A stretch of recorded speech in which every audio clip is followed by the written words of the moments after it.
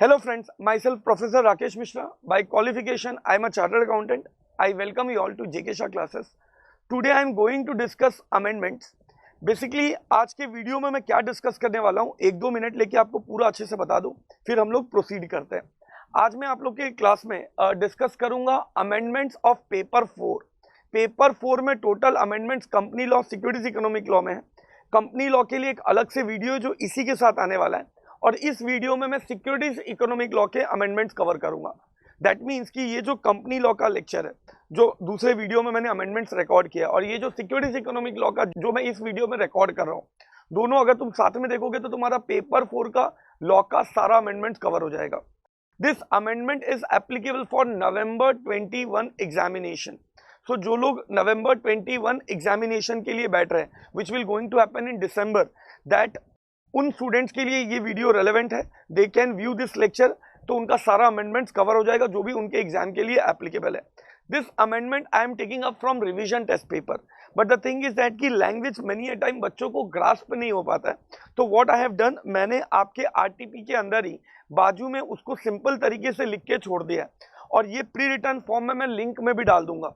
तो जब आप वीडियो लेक्चर देखोगे, आप साथ में इसको डाउनलोड कर लोगे, तो आपको अलग से लिखने की जरूरत नहीं पड़ेगी, आपका टाइम बच जाएगा और आपका सारा अमेंडमेंट्स भी फटाफट कवर हो जाएगा। सो मेरी कोशिश है कि सारा अमेंडमेंट्स एकदम सिंपल तरीके से बता दूं। टोटल 5 टॉपिक में अमेंडमेंट आया है सिक्योरिटीज इकोनॉमिक लॉ में, that is in SEBI act, FEMA, IBC, PMLA and FCRA, जिसमें से 3 टॉपिक में SEBI act, FEMA and PMLA, ये तीनों टॉपिक में छोटे छोटे अमेंडमेंट्स हैं, ज़्यादा बड़े बड़े अमेंडमेंट्स नहीं है। और 2 टॉपिक में, दैट इज एफसीआरए में एंड आईबीसी में, बहुत सारे अमेंडमेंट्स हैं। सो बेसिकली ये 5 टॉपिक हम लोग एकदम अच्छे से करेंगे, एकदम टेंशन लेने की जरूरत नहीं है। In a limited time I am going to cover everything, और मैं कोशिश करूंगा कि आपको इस तरीके से पढ़ाऊं कि आपकी जो एग्जिस्टिंग जहाँ पे से भी आपने पढ़ा हुआ है, चाहे आपने मेरे से पढ़ा है या दूसरे किसी फैकल्टी से पढ़ा है या दूसरे किसी क्लासेस में पढ़े हो, आपका सारा अमेंडमेंट्स आपको क्लिक हो जाए। So let's without wasting time let's start with the amendment. जो पहला अमेंडमेंट मैं डिस्कस करने जा रहा हूं, that is given under SEBI act. So first amendment is SEBI act. इसमें कुछ खास अमेंडमेंट है नहीं, चुल्लू पुल्लू अमेंडमेंट है। इसमें एक सेक्शन है, सेक्शन 12। सेक्शन 12 में अपन ने पढ़ा हुआ है, क्या पढ़ा हुआ है, सर्टिफिकेट ऑफ रजिस्ट्रेशन लेना पड़ता है। किसको लेना पड़ता है, तो उसका एक लिस्ट हमने पढ़ा हुआ है कि वो लोग बिना सर्टिफिकेट ऑफ रजिस्ट्रेशन लिए काम नहीं कर सकते, वो इंटरमीडियरीज। तो अमेंडमेंट सेक्शन 12 में वहीं पे आया, मैंने बाजू में ऑलरेडी लिख दिया है। अगर कोई वेंचर कैपिटल फंड है या कलेक्टिव इन्वेस्टमेंट स्कीम है या म्यूचुअल फंड है, तो कोई पर्सन अगर एज अ स्पॉन्सर उसको स्टार्ट करना चाहता है, तो it has to get registered, उसको सेबी से सर्टिफिकेट ऑफ रजिस्ट्रेशन लेना पड़ेगा। अच्छा, ये प्रोविजन तो ऑलरेडी तुम्हारे सिलेबस में ऑलरेडी है, ऑलरेडी एक्ट में डाला हुआ है, ये अमेंडमेंट नहीं है। अमेंडमेंट अब आया है। अमेंडमेंट क्या आया है मेरे बच्चों, तो अगर अब 2 चीज ऐड कर दिया इन्होंने, alternative investment fund and business trust. देखो मैंने ऑलरेडी हाईलाइट किया हुआ है। तो अगर कोई ऑल्टरनेटिव इन्वेस्टमेंट फंड है, बिजनेस ट्रस्ट है, मतलब कोई पर्सन है जो एज अ स्पॉन्सर वो पुल करना चाहता है, क्या स्टार्ट करना चाहता है, ऑल्टरनेटिव इन्वेस्टमेंट फंड और बिजनेस ट्रस्ट। तो पहले ये 2 पॉइंट नहीं था। अब अमेंडमेंट के बाद इन्होंने क्या बोला है कि उनको भी सर्टिफिकेट ऑफ रजिस्ट्रेशन लेना पड़ेगा। सो आफ्टर अमेंडमेंट हम लोग अब सेक्शन 12 को कैसे रीड करेंगे, तो 3 जो ऑलरेडी थे और 2 जो ऐड हुए, सबको मिला के मैं एक बार बता देता हूं कि अगर कोई पर्सन है जो एज अ स्पॉन्सर स्टार्ट करना चाहता है, venture capital fund, collective investment scheme, mutual fund, ये 3 तो ऑलरेडी थे, और अब 2 ऐड हुआ है। अगर कोई पर्सन स्टार्ट करना चाहता है as a sponsor alternative investment scheme या बिजनेस ट्रस्ट, तो he has to get registered and he has to get certificate of registration from किससे, सेबी से, अंडर सेक्शन 12। तो ये पहला अमेंडमेंट था, छोटा सा अमेंडमेंट था, कंप्लीट हो गया। आई होप ये आप लोग को समझ गया हो। अब हम लोग सेकेंड पॉइंट पे जाते हैं। सेकेंड पॉइंट का अमेंडमेंट आया फॉरेन एक्सचेंज मैनेजमेंट एक्ट में। ये अमेंडमेंट क्या है समझ लेते हैं। ये फॉरेन एक्सचेंज मैनेजमेंट एक्ट में तुम लोग ने पढ़ा हुआ है फेमा का, एक्सपोर्ट का, सेक्शन 7 पढ़ा हुआ है। अच्छा, एक्सपोर्ट में क्या होता है, बहुत सारे डिक्लेरेशंस देने होते हैं। अगर तुमने वो डिक्लेरेशंस नहीं दिए तो तुम्हारा उसके बाद अगर तुम एक्सपोर्ट करते हो तो तुमको पेनल्टी लग जाता है। फॉर एग्जांपल तुमने पढ़ा होगा फॉर्म ईडीएफ फाइल करना पड़ता है, फॉर्म सॉफ्टटेक्स फाइल करना पड़ता है, तो ऐसे बहुत सारे फॉर्म्स वगैरह फाइल करने होते हैं, ठीक है। और वो फॉर्म्स वगैरह फाइल करके डिक्लेरेशन देना होता है, कंडीशन फुलफिल करना होता है, उसके बाद ही तुम एक्सपोर्ट कर सकते हो। लेकिन इसका ही कुछ एग्जेम्पशंस है जो तुमने पढ़ा हुआ है रेगुलेशन 4 में। वो एग्जेम्पशन क्या बोलता है सुनो, वो एग्जेम्पशन बोलता है कि आपको कुछ केस में डिक्लेरेशन देने की जरूरत नहीं है, कंडीशन फॉलो करने की जरूरत नहीं है। उसमें आपने बहुत सारी चीजें पढ़ी होगी, जैसे कोई गिफ्ट है या कोई गिफ्ट इन काइंड है अप टू ₹5 लाख वैल्यू, या तो कोई क्या बोलते हैं पर्सनल इफेक्ट्स है, तो ऐसे कुछ एग्जेम्पशंस आपने पढ़ा था, उसी में अमेंडमेंट आया है। तो अगर मैं इसको सिंपल लैंग्वेज में बोलूं तो कैसे एग्जेम्पशन जो था एक्सपोर्ट का, उस एग्जेम्पशन में अमेंडमेंट आया है। अब एक्सपोर्ट के लिए क्या एग्जेम्पशन है, लेट्स अंडरस्टैंड। इसमें एक पॉइंट ऑलरेडी एग्जिस्ट था, वो पॉइंट नया ऐड नहीं हुआ है, उस पॉइंट में चेंज हुआ है। वो जो पॉइंट ईए है, ईए में रिप्लेसमेंट आया, देखो मैंने लिख भी दिया है, ठीक है। क्या लिखा है एक्सपोर्ट रेगुलेशन में, एग्जेम्पशन में जो पॉइंट ईए है वो रिप्लेस हो गया है। अब ये पॉइंट क्या है 2 मिनट समझ लो, और उसके बाद क्या अमेंडमेंट आया है मैं बता देता हूँ, क्योंकि बहुत ज्यादा जल्दी करने से फिर मजा नहीं आएगा। तो एक बार समझ लो, फिर लाइफ टाइम के लिए याद हो जाएगा। तो सुनो, अब इसमें है क्या चीज, अगर कोई तुमने लीज पे एयरक्राफ्ट लिया है, हेलीकॉप्टर लिया है अंडर केप टाउन कन्वेंशन, ठीक है, और उसे री एक्सपोर्ट कर रहे हो, तो उसे री एक्सपोर्ट करने के लिए तुम्हें मतलब कोई भी डिक्लेरेशन वगैरह देने की जरूरत नहीं, कंडीशन फुलफिल करने की जरूरत नहीं, वो एग्जेम्प्ट है। तो to put it in a simple way, कहने से अगर कोई एयरक्राफ्ट या helicopter under Cape Town convention मैं री एक्सपोर्ट कर रहा हूं, तो मुझे कोई अप्रूवल लेने की जरूरत नहीं है, कोई डिक्लेरेशन देने की जरूरत नहीं है। अब एग्जेम्पशन क्या आया इसमें, मैं वो बता रहा हूं। अब इसमें एग्जेम्पशन ये दो जो हाईलाइट किया मैंने वो आया है, एक तो कंप्लीटली और इन पार्शियल नॉकडाउन कंडीशन, एक तो ये वर्ड ऐड हुआ है, दूसरा एनी अदर टर्मिनेशन और cancellation of the lease agreement between lessor and lessee. तो अब इसको समझाने के लिए मैं पूरा इकट्ठे समझा देता हूं, क्योंकि नहीं तो कंफ्यूजन हो जाएगा तुमको। तो अब सुनो, अब ये अमेंडमेंट के बाद ये सेक्शन को कैसे रीड करेंगे हम लोग। तो अब देखो, कोई पर्सन है जिसने फॉरेन लेसर से, बाहर का कोई लेसर है जिससे एयरक्राफ्ट लिया है, जिससे हेलीकॉप्टर लिया है, ठीक है, अंडर केप टाउन कन्वेंशन। अब उसने लिया किससे, खरीदा नहीं है, उसने लीज पे लिया है। अच्छा, लीज पे लिया है तो दो केस में मैं वापस करूंगा। नंबर 1 केस, या तो जो लीज पीरियड खत्म हो गया तो मैं वापस करूंगा, या तो अब जो अमेंडमेंट आया वो क्या है कि अगर कोई टर्म्स एंड कंडीशन था तुमने उसका वायलेशन कर दिया, फॉर एग्जांपल हर महीने तुमको थोड़ा थोड़ा पेमेंट करना था, तुमने वो पेमेंट नहीं किया, तो जो टर्म्स एंड कंडीशन था तुमने उसका वायलेशन कर दिया, उस केस में भी तुमको वापस करना पड़ेगा। तो ये जो लीज पे एसेट लिया है, जो या तो टेन्योर खत्म होने के बाद वापस कर रहे हो, या तो तुमने पेमेंट वगैरह नहीं किया, मतलब टर्म्स एंड कंडीशंस वायलेट किया, इसलिए वापस कर रहे हो। तो दोनों में से किसी भी सिचुएशन में अगर तुम वापस करोगे तो उसको बोलते हैं री एक्सपोर्ट। री एक्सपोर्ट क्यों बोलते हैं, क्योंकि तुमने लाया था और वापस कर रहे हो, तो री एक्सपोर्ट कर रहे हो। तो अगर तुम री एक्सपोर्ट कर रहे हो दो तरीके से, या तो कंप्लीटली मतलब पूरा एक साथ एयरक्राफ्ट वापस कर रहे हो, या तो in a partial lockdown condition, aircraft का थोड़ा थोड़ा पार्ट्स करके तुम वापस कर रहे हो। बोला कोई फर्क नहीं पड़ता है, या तो पूरा एयरक्राफ्ट वापस करो या तो थोड़ा थोड़ा पार्ट्स में वापस करो। बोला इसके लिए कोई डिक्लेरेशन लेने की जरूरत नहीं है।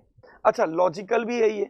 लॉजिकल क्यों है मुझे बताओ। At the end of the day मैं एक्चुअली में तो कुछ ऐसा कुछ कर भी नहीं रहा हूं, एक्सपोर्ट वगैरह मैं क्या कर रहा हूं, कहने से जो चीज आया था वही वापस कर रहा हूं, और वो अब चाहे पूरा वापस करूं या थोड़ा थोड़ा करके वापस करूं, at the end of the day वापस जा ही रहा है, तो इसके लिए कोई डिक्लेरेशन देने की जरूरत नहीं, इट इज एग्जेम्प्टेड।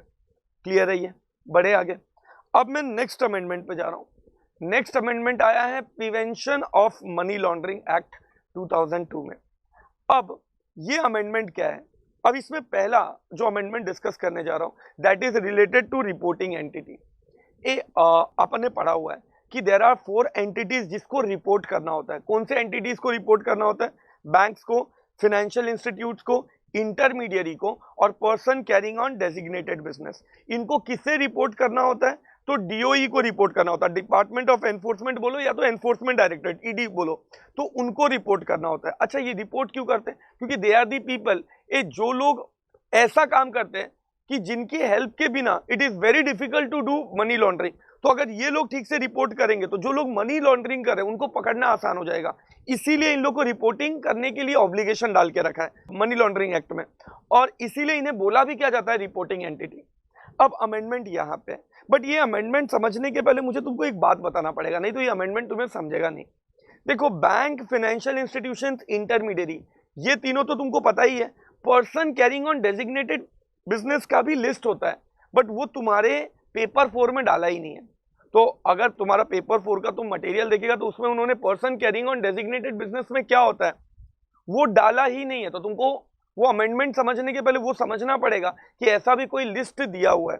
तो अब मैं तुमको बताता हूं, person carrying on designated business में इन्होंने दो जगह पे अमेंडमेंट लाया है, but to understand that amendment वो कौन से लोग हैं जो person designated carrying on designated business में कवर्ड होते हैं वो बता देता हूं, फिर क्या अमेंडमेंट है और वो प्रोविजन कब अप्लाई होगा वो बता देता हूं।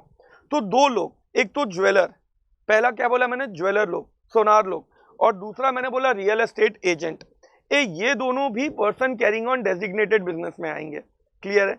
तो अमेंडमेंट के पहले क्या था वो छोड़ो, क्या याद रखना है, person carrying on designated business में क्या आएंगे, अमेंडमेंट के बाद क्या आया है वो याद रखो।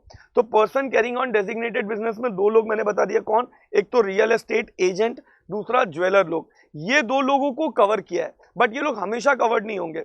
When they will be called as person carrying on designated business, तो वो दिया हुआ है, मैं लिस्ट पढ़ाने जा रहा हूं, शुरू करें, आ जाओ। तो रियल एस्टेट एजेंट कब आएंगे, जब उनका एनुअल टर्नओवर कितना है 20 लाख और मोर। तो जिस रियल एस्टेट एजेंट का एनुअल टर्नओवर 20 लाख और मोर है, they will be called as person carrying on designated business. अच्छा, इससे इंपैक्ट क्या होगा उनके लाइफ में, एक कहने से तो वो लोग भी डेजिग्नेटेड पर्सन माने जाएंगे। इसका मतलब उनको भी अपने क्लाइंट का आइडेंटिफिकेशन करना पड़ेगा, डिटेल्स मेंटेन करना पड़ेगा, और पीरियोडिक बेसिस पे डीओई को इंफॉर्मेशन फर्निश करना पड़ेगा। ठीक है, बिकॉज जो चीज बैंक, फाइनेंशियल इंस्टीट्यूट, इंटरमीडिएट को करना पड़ता है वही रियल एस्टेट एजेंट को भी करना पड़ेगा। But not all real estate agent, only those real estate agent जिनका एनुअल टर्नओवर कितना है 20 लाख रुपीज और मोर। अच्छा, इसके बाद दूसरा आया है इसमें, a person who carrying on business of precious metal, precious stone and designated business, मतलब ज्वेलर। तो प्रीशियस स्टोन, प्रीशियस मेटल में कौन डील करता है, ज्वेलर डील करता है, तो ज्वेलर। एंड हमेशा नहीं आएगा उन ज्वेलर्स के लिए जो लोग कैश ट्रांजैक्शन कर रहे हैं किसी पर्टिकुलर कस्टमर के साथ जिसका वैल्यू 10 लाख और मोर है। यहां पे गलती कर जाओगे एग्जाम में, क्या सारे ज्वेलर्स आ गए, नहीं, वो ज्वेलर आ रहे हैं जो किसी एक सिंगल कस्टमर के साथ कितना का ट्रांजैक्शन कर रहे हैं, 10 लाख और मोर का ट्रांजैक्शन कर रहे हैं। अच्छा, ये 10 लाख और मोर का ट्रांजैक्शन सिंगल भी हो सकता है और टुकड़े टुकड़े में भी हो सकता है। मतलब समझो एक ज्वेलर है जो मेरे साथ कहने से 5 लाख के 2 ट्रांजैक्शंस किया है या 3 ट्रांजैक्शंस किया है, तो कहने से सीरीज ऑफ ट्रांजैक्शन किया लेकिन सब मिला के 10 लाख से ऊपर गया, तो उस ज्वेलर को भी कहने से person carrying on designated person माना जाएगा। उस ज्वेलर को भी हर वो डिटेल्स मेंटेन करना पड़ेगा जो पीएमएलए के अंदर स्पेसिफाइड है रिपोर्टिंग एंटिटी के लिए, और पीरियोडिक बेसिस पे डीओई को इंटीमेट करना पड़ेगा। तो ये पहला अमेंडमेंट क्लियर हो गया पीएमएलए का। एक बार मेरे साथ रिवाइज करो, पहले बैंक, फाइनेंशियल इंस्टीट्यूशंस, इंटरमीडिएट, ये तो रिपोर्टिंग एंटिटी माने ही जाते। इसमें मैंने अभी 2 एड ऑन करके तुमको बताया, person carrying on designated business, इसमें 2 एड ऑन करके बताया। नंबर 1 रियल एस्टेट एजेंट, जिसका ट्रांजैक्शन वैल्यू कितना है मेरे बच्चों, तो जिसका एनुअल टर्नओवर 20 लाख और मोर है। और दूसरा क्या नहीं से ऐसा कोई ज्वेलर जिसका सिंगल कस्टमर के साथ ट्रांजैक्शंस, या तो सिंगल ट्रांजैक्शन या तो सीरीज ऑफ ट्रांजैक्शन मिला के कितना है, इन कैश कर रहा है, याद रखना है इन कैश कर रहा है, और कितना है 10 लाख और मोर। अच्छा, cash, this is very important thing ना, ऑनलाइन पेमेंट नहीं, कैश ट्रांजैक्शन। क्लियर है? तो ये पहला अमेंडमेंट पीएमएलए का हो गया। दूसरा अमेंडमेंट क्या है, ये तुम्हें पता होगा कि रिपोर्टिंग एंटिटी को अपने क्लाइंट को वेरीफाई करना होता है। अच्छा, इसमें रिपोर्टिंग एंटिटी को भी अपन ने 2 टुकड़ों में तोड़ के रखा था। पहला टुकड़ा क्या बोलता है कि बैंक के पास 4 वेज है। बैंक के पास कौन से 4 वेज है, तो bank can verify its client by online Aadhaar verification, या तो ऑफलाइन आधार वेरिफिकेशन, या तो पासपोर्ट, या तो एनी अदर नंबर एज में भी prescribed by the central government. अच्छा, इसमें भी 2 था ना, any number prescribed by the central government, मतलब मैंने इसमें 2 एग्जांपल दिया था। मैंने आपको राशन कार्ड बताया था, फिर मैंने ड्राइविंग लाइसेंस, ऐसे 2 एग्जांपल्स दिए थे आपको। तो ये 4 मोड्स है वेरीफाई करने के क्लाइंट के आइडेंटिटी को बैंक के लिए। लेकिन जो बाकी के इंटरमीडिएरीज है, फाइनेंशियल इंस्टीट्यूट एंड इंटरमीडिएरीज और person carrying on designated business, उनके लिए 3 ही ऑप्शन अवेलेबल है, या तो ऑफलाइन आधार, या तो पासपोर्ट, या तो any number prescribed by the CG, for example driving licence और राशन कार्ड वगैरह। अच्छा, इसमें मैंने तुम लोग को एक चीज बताया था, याद है कि अगर तुम क्लाइंट को आइडेंटिफाई कर रहे हो, सीजी चाहे तो ऑनलाइन आधार अलाउ कर सकता है after maintaining privacy standards, after consulting with UIAI and regulatory financial regulator like RBI, उनके साथ कंसल्ट करके, and after ensuring privacy in standards, किसी और भी एंटिटी को अलाउ कर सकता है। मैंने तभी ये भी बोला था कि ऐसा अलाउ नहीं किया, बट सीजी के पास पावर है, अलाउ कर सकता है। सीजी ने अभी अपने उसी पावर को एक्सरसाइज किया है। सीजी ने एनपीसीआई का नाम सुना होगा, national payment corporation of India, जो स्टार्ट किसने किया है, national payment corporation of India. This is actually started by RBI. ठीक है, कुछ एसोसिएशन ऑफ बैंक्स थे, आरबीआई था, जिन्होंने मिलकर एनपीसीआई स्टार्ट किया था। तो कहने से ये काइंड ऑफ गवर्नमेंट बॉडी है ना ये, तो इसको नोटिफाई कर दिया। अब ये देखा जाए तो ये बैंक नहीं है, it's a non banking institute, लेकिन अब इसको नोटिफाई कर दिया है। तो इस अमेंडमेंट का क्या इफेक्ट आएगा? एक कहने से बैंक के अलावा बैंक प्लस एनपीसीआई, एनपीसीआई एक एंटिटी का नाम है, national payment corporation of India, सुना होगा आप लोग ने। तो अब इनको नोटिफाई कर दिया, मतलब अब एनपीसीआई भी ऑनलाइन आधार के थ्रू अपने क्लाइंट को आइडेंटिफाई कर सकता है। तो कहने से एक चीज और ऐड हो गया। तो अब तुम एग्जाम में लिखोगे तो क्या लिखोगे? ऑनलाइन आधार का आइडेंटिफिकेशन का पावर बैंक के साथ साथ अब किसके पास है? एनपीसीआई के पास है। बस ये एक अमेंडमेंट है, I hope it is clear. तो बेटा ये चुन्नू मुन्नू से अमेंडमेंट थे, खत्म हो गया। अब जो दो टॉपिक अमेंडमेंट है वो तगड़े अमेंडमेंट्स है, बहुत सारे अमेंडमेंट्स है, एक एक करके पढ़ेंगे और एकदम टेंशन मत लेना, एकदम धीरे धीरे करके पूरा अच्छे से समझा दूंगा मैं। तो पहला जो अमेंडमेंट मैं डिस्कस करने जा रहा हूं दैट इज गिवन इन दी, मतलब अब जो मैं अमेंडमेंट डिस्कस करने जा रहा हूं that is given in foreign contribution regulation act. क्या अमेंडमेंट है सुनना अच्छे से। पहला अमेंडमेंट रूल 3 में आया है, रूल 3 में आया है, सुनो।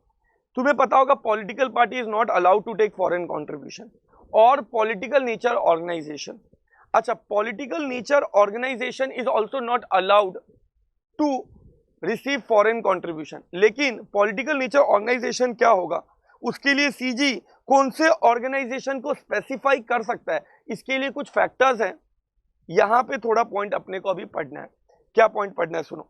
तो मैंने एक बात बता रहा हूं, पॉलिटिकल पार्टी तो ठीक है, जो which is registered under representative of people's act, but there are certain organization which is not registered under representative of people's act, but उनका जो एक्टिविटी है if it is very much similar to a political party, तो उसको central government notify कर देगा कि आज से तू भी पॉलिटिकल पार्टी है या political nature organization, not political party but political nature organization. अच्छा, सीजी ने अगर नोटिफाई कर दिया that you are a political nature organization, तो इस बात का क्या इंपैक्ट होगा? कैसे फिर वो political organization will not be able to take political contribution, यही होगा ना यार। अब सुनना, अब इसमें अमेंडमेंट क्या आया है एक बार हम लोग वो समझते हैं, क्या अमेंडमेंट आया। अब देखो, अब मैं सारा प्रोविजन एक बार बोल देता हूं विद अमेंडमेंट, और सारा प्रोविजन ही बोल देता तो बैठ जाएगा दिमाग में। देखो इधर, सेंट्रल गवर्नमेंट किसी भी ऑर्गेनाइजेशन को अगर डिफाइन करेगा या नोटिफाई करेगा as a political nature organization, तो वो कौन से ग्राउंड्स पे कर सकता है?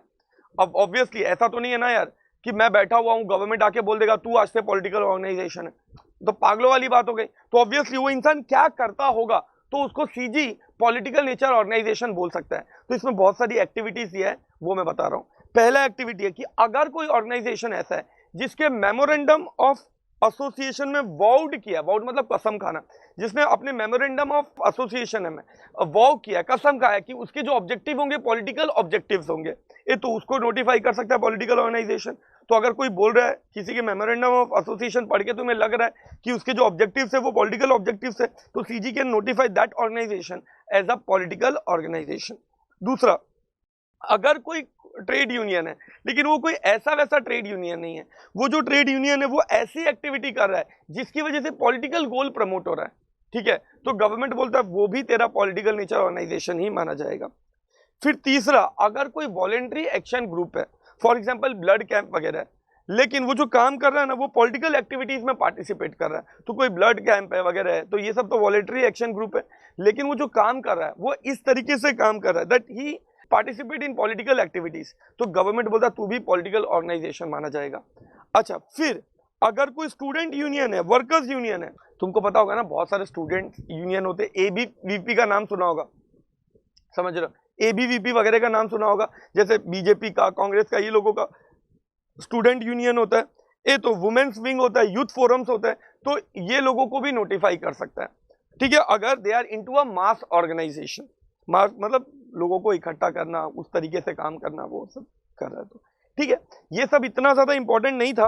अब जो बोल रहा हूँ इंपॉर्टेंट है, एग्जाम के लिए याद रखना है, ये जो 2 पॉइंट मैंने स्टार मार्क किया है। सुनो, आजकल पता है फार्मर्स का बहुत सारा अभी एसोसिएशंस वगैरह देखने आता है न्यूज में, तो उसी से रिलेटेड कुछ पॉइंट है, सुनना। अगर कोई फार्मर का ऑर्गेनाइजेशन है, वर्कर का है, ठीक है, ये सब है, अच्छा, अगर वो लोग कुछ ऐसा काम कर रहा है और हमें उनके काम करने के मोडस ऑपरेंडी से लग रहा है कि वो पॉलिटिकल, धीरे धीरे वो पॉलिटिकल इंटरेस्ट की तरफ बढ़ रहा है, मतलब हमें लग रहा है कि वो आगे जाके पॉलिटिकल पार्टी बन जाएगा या एज अ पॉलिटिकल ऑर्गेनाइजेशन काम करेगा, तो उसको डिक्लेयर किया जा सकता है। उसके ऊपर कुछ कंडीशन है लेकिन डिक्लेयर किया जा सकता है। जैसे अभी फार्मर का एसोसिएशन है, तो अगर हमें लग रहा है कि आगे जाके ये अपना कोई पॉलिटिकल पार्टी फॉर्म कर सकता है, ठीक है, ऐसा कुछ एविडेंस है हमारे पास, तो that can be declared as a political organization. However there are condition for that, और वो मैं पढ़ाऊंगा, बट कर सकते हैं। दूसरा, अगर कोई ऐसा ऑर्गेनाइजेशन है जो रेगुलर बेसिस पे, बोलता है हैबिचुअल बेसिस, रेगुलर बेसिस पे बंद, हड़ताल, रास्ता रोको, रेल रोको, जेल भरो, ये सब काम करता है हैबिचुअल बेसिस पे, ठीक है, ये सब काम करता है, तो हम लोग उससे पॉलिटिकल ऑर्गेनाइजेशन स्पेसिफाई कर सकते हैं। लेकिन कब? तो देखो अभी सेकंड स्टार मार्क देखो क्या लिखा है, if they participate in active politics और पार्टी पॉलिटिक्स। मतलब क्या? ये वो किसी पॉलिटिकल पार्टी वगैरह के बैनर के अंदर अगर काम कर रहे हैं तो उसको डिक्लेयर किया जा सकता है। आज के डेट में कह रहे थे जो अपने फार्मर है वो तो किसी पॉलिटिकल पार्टी के बैनर के अंदर काम नहीं कर रहे, ठीक है, तो ऐसा कोई एविडेंस नहीं है। या तो कोई अगर जेल भरो वगैरह कर रहा है, अगर आपके पास कोई एविडेंस नहीं हो कि किसी पॉलिटिकल पार्टी के एजेंडा के, देखो एलिगेशन लगाना अलग बात है, बट अगर आपके पास कोई एविडेंस नहीं है कि किसी पॉलिटिकल पार्टी के एजेंडा वगैरह के अंदर काम कर रहे हैं, उसके बैनर वगैरह के अंदर काम कर रहे हैं, तब तक तुम उसे डिक्लेयर नहीं कर सकते हो। तो इसीलिए अभी जो फार्मर का हड़ताल चल रहा है उसे डिक्लेयर नहीं किया जा सकता, क्योंकि वो किसी पॉलिटिकल पार्टी के बैनर वगैरह के अंदर काम नहीं कर रहा। तो अगर करता तो डिक्लेयर किया जा सकता था। I hope it is clear. आगे बढ़े। मैं जानबूझ के बहुत ज्यादा टाइम ले लेके नहीं बता रहा हूँ, एक बेसिक एक आइडिया दे देता हूँ एग्जाम के लिए जो रेलेवेंट है। बहुत ज्यादा टाइम इन्वेस्ट करके भी कोई मतलब नहीं है। अच्छा, इसके बाद आता है स्पेक्युलेटिव एक्टिविटी।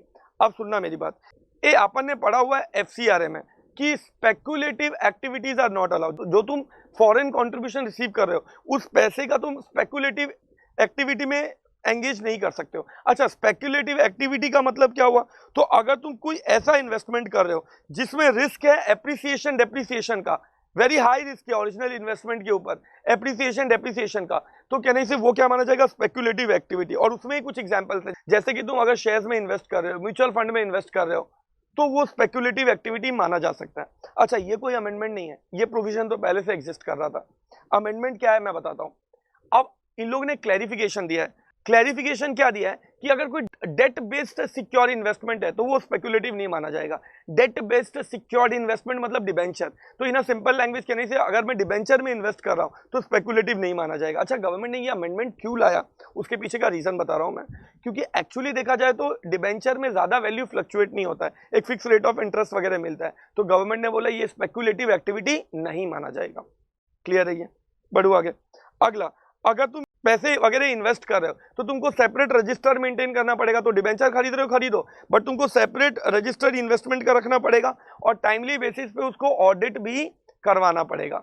ठीक है, तो ये एक छोटू सा अमेंडमेंट था जो बता दिया मैंने, इतना कॉम्प्लिकेटेड नहीं था। ये जो अमेंडमेंट है ये पॉइंट तुम ऑलरेडी पढ़ा हुआ है।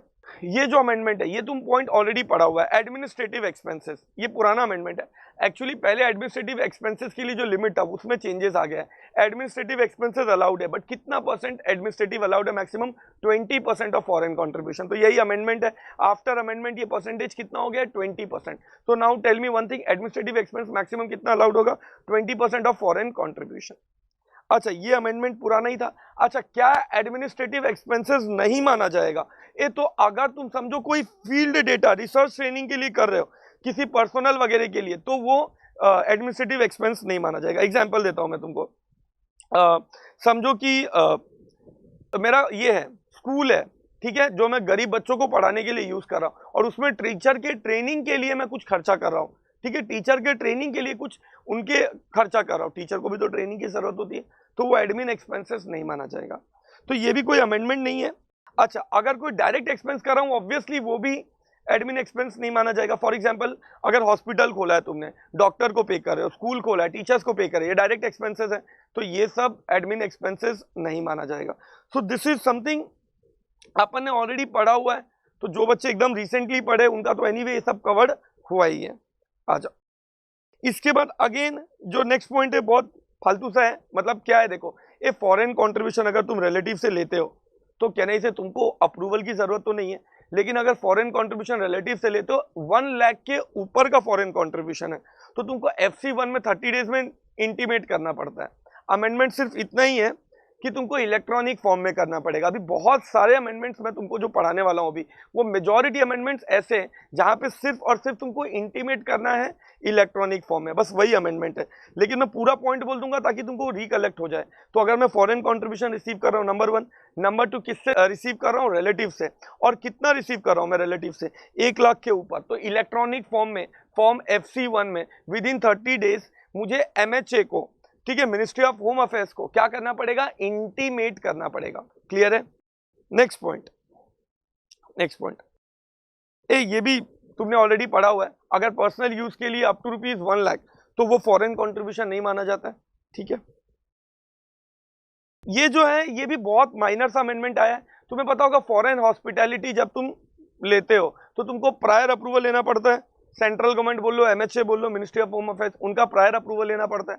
तो अप्रूवल लेने के लिए जो तुम फॉर्म फाइल करोगे वो फॉर्म इलेक्ट्रॉनिक फॉर्म में फाइल करोगे। बस वो मैंने बोला ना, काफी अमेंडमेंट सिर्फ यही ऐड करने के लिए है कि इलेक्ट्रॉनिक फॉर्म में, और जरूरी भी है रे, आजकल स्पीडी डिस्पोजल चाहिए, तो ये फिजिकल को कम करके इलेक्ट्रॉनिक पे ज्यादा स्ट्रेस कर रहा है, समझ रहे हो।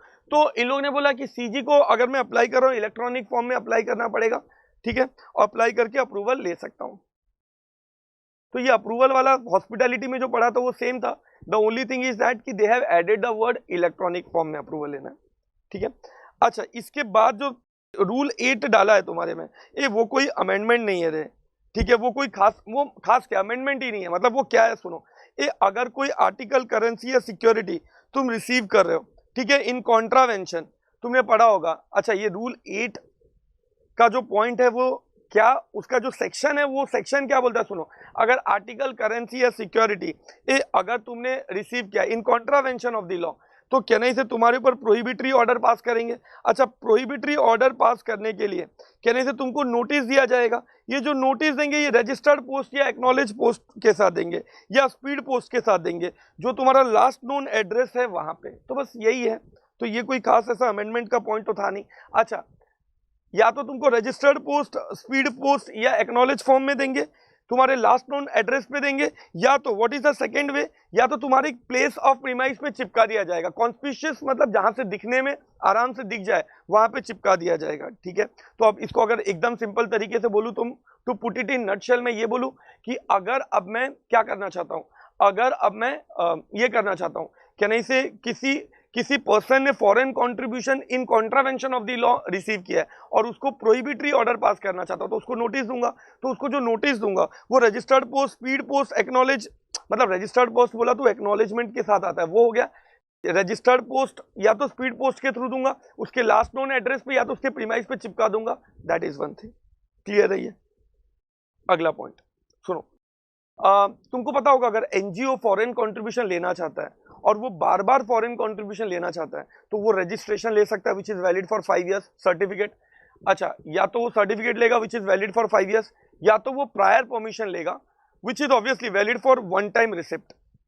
अब मैं तुमको एक बात बोलता हूँ, इसमें कुछ खास अमेंडमेंट, इनफैक्ट अमेंडमेंट है ही नहीं, जो एकदम रिसेंट पड़े उसमें कुछ अमेंडमेंट नहीं है, लेकिन छोटा छोटा पॉइंट ये लोग बीच बीच में डालते जा रहे थे।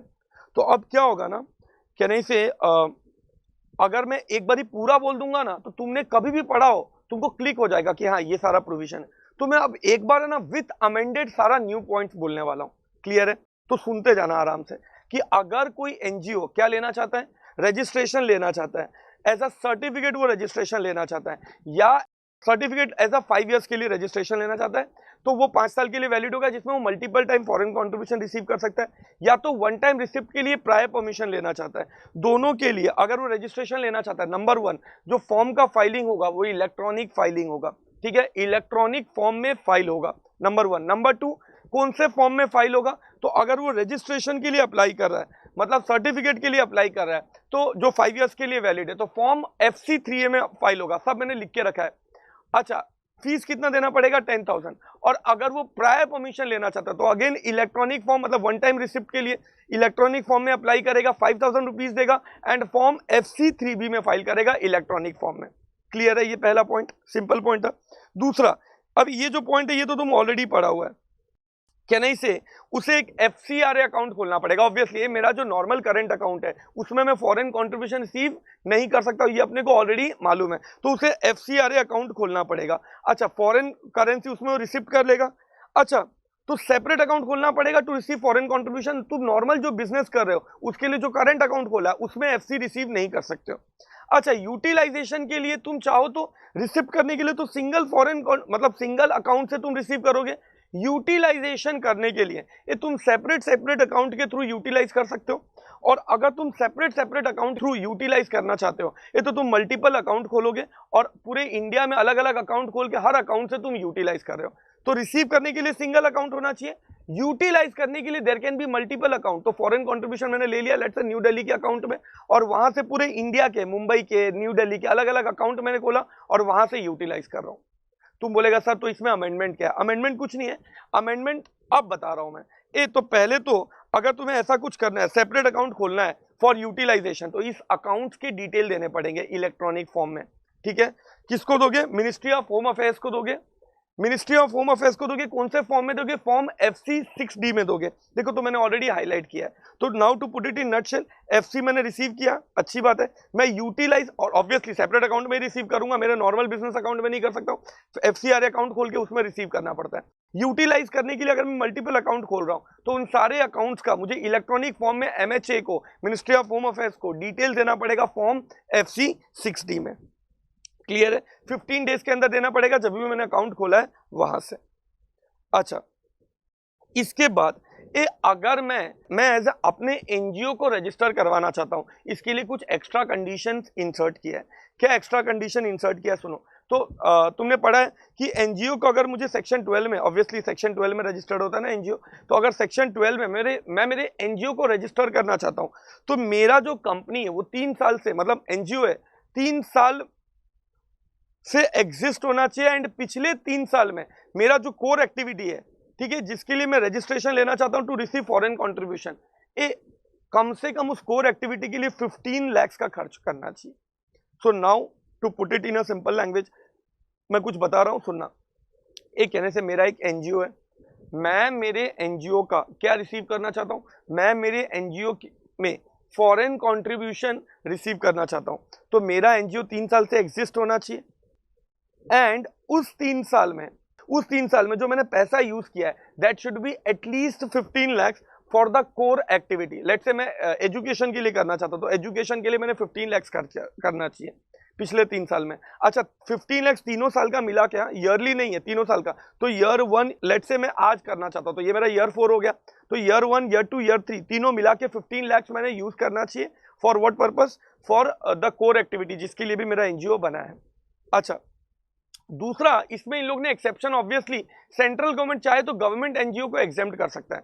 मतलब to put it in a simple language, अगर कोई गवर्नमेंट एनजीओ है तो वो अगर 3 साल से एग्जिस्ट नहीं भी कर रहा है या एग्जिस्ट कर रहा है लेकिन उसने 15 लाख के लिए 15 लाख अपने कोर एक्टिविटी में यूज नहीं किया है तो भी सीजी एग्जेम्प्ट कर सकता है। मतलब ये तो बहुत चालू लोग है ना रे, गवर्नमेंट एनजीओ को एग्जेम्प्ट कर सकता है सीजी, चाहे तो एग्जेम्प्ट कर सकता है। तो सीजी अपने लोगों को एग्जेम्प्ट करने का सोचेगा। क्लियर है? अच्छा, नेक्स्ट पॉइंट। अच्छा, कर सकता है, ये पावर दिया, अभी तक किया नहीं है। अच्छा, फिर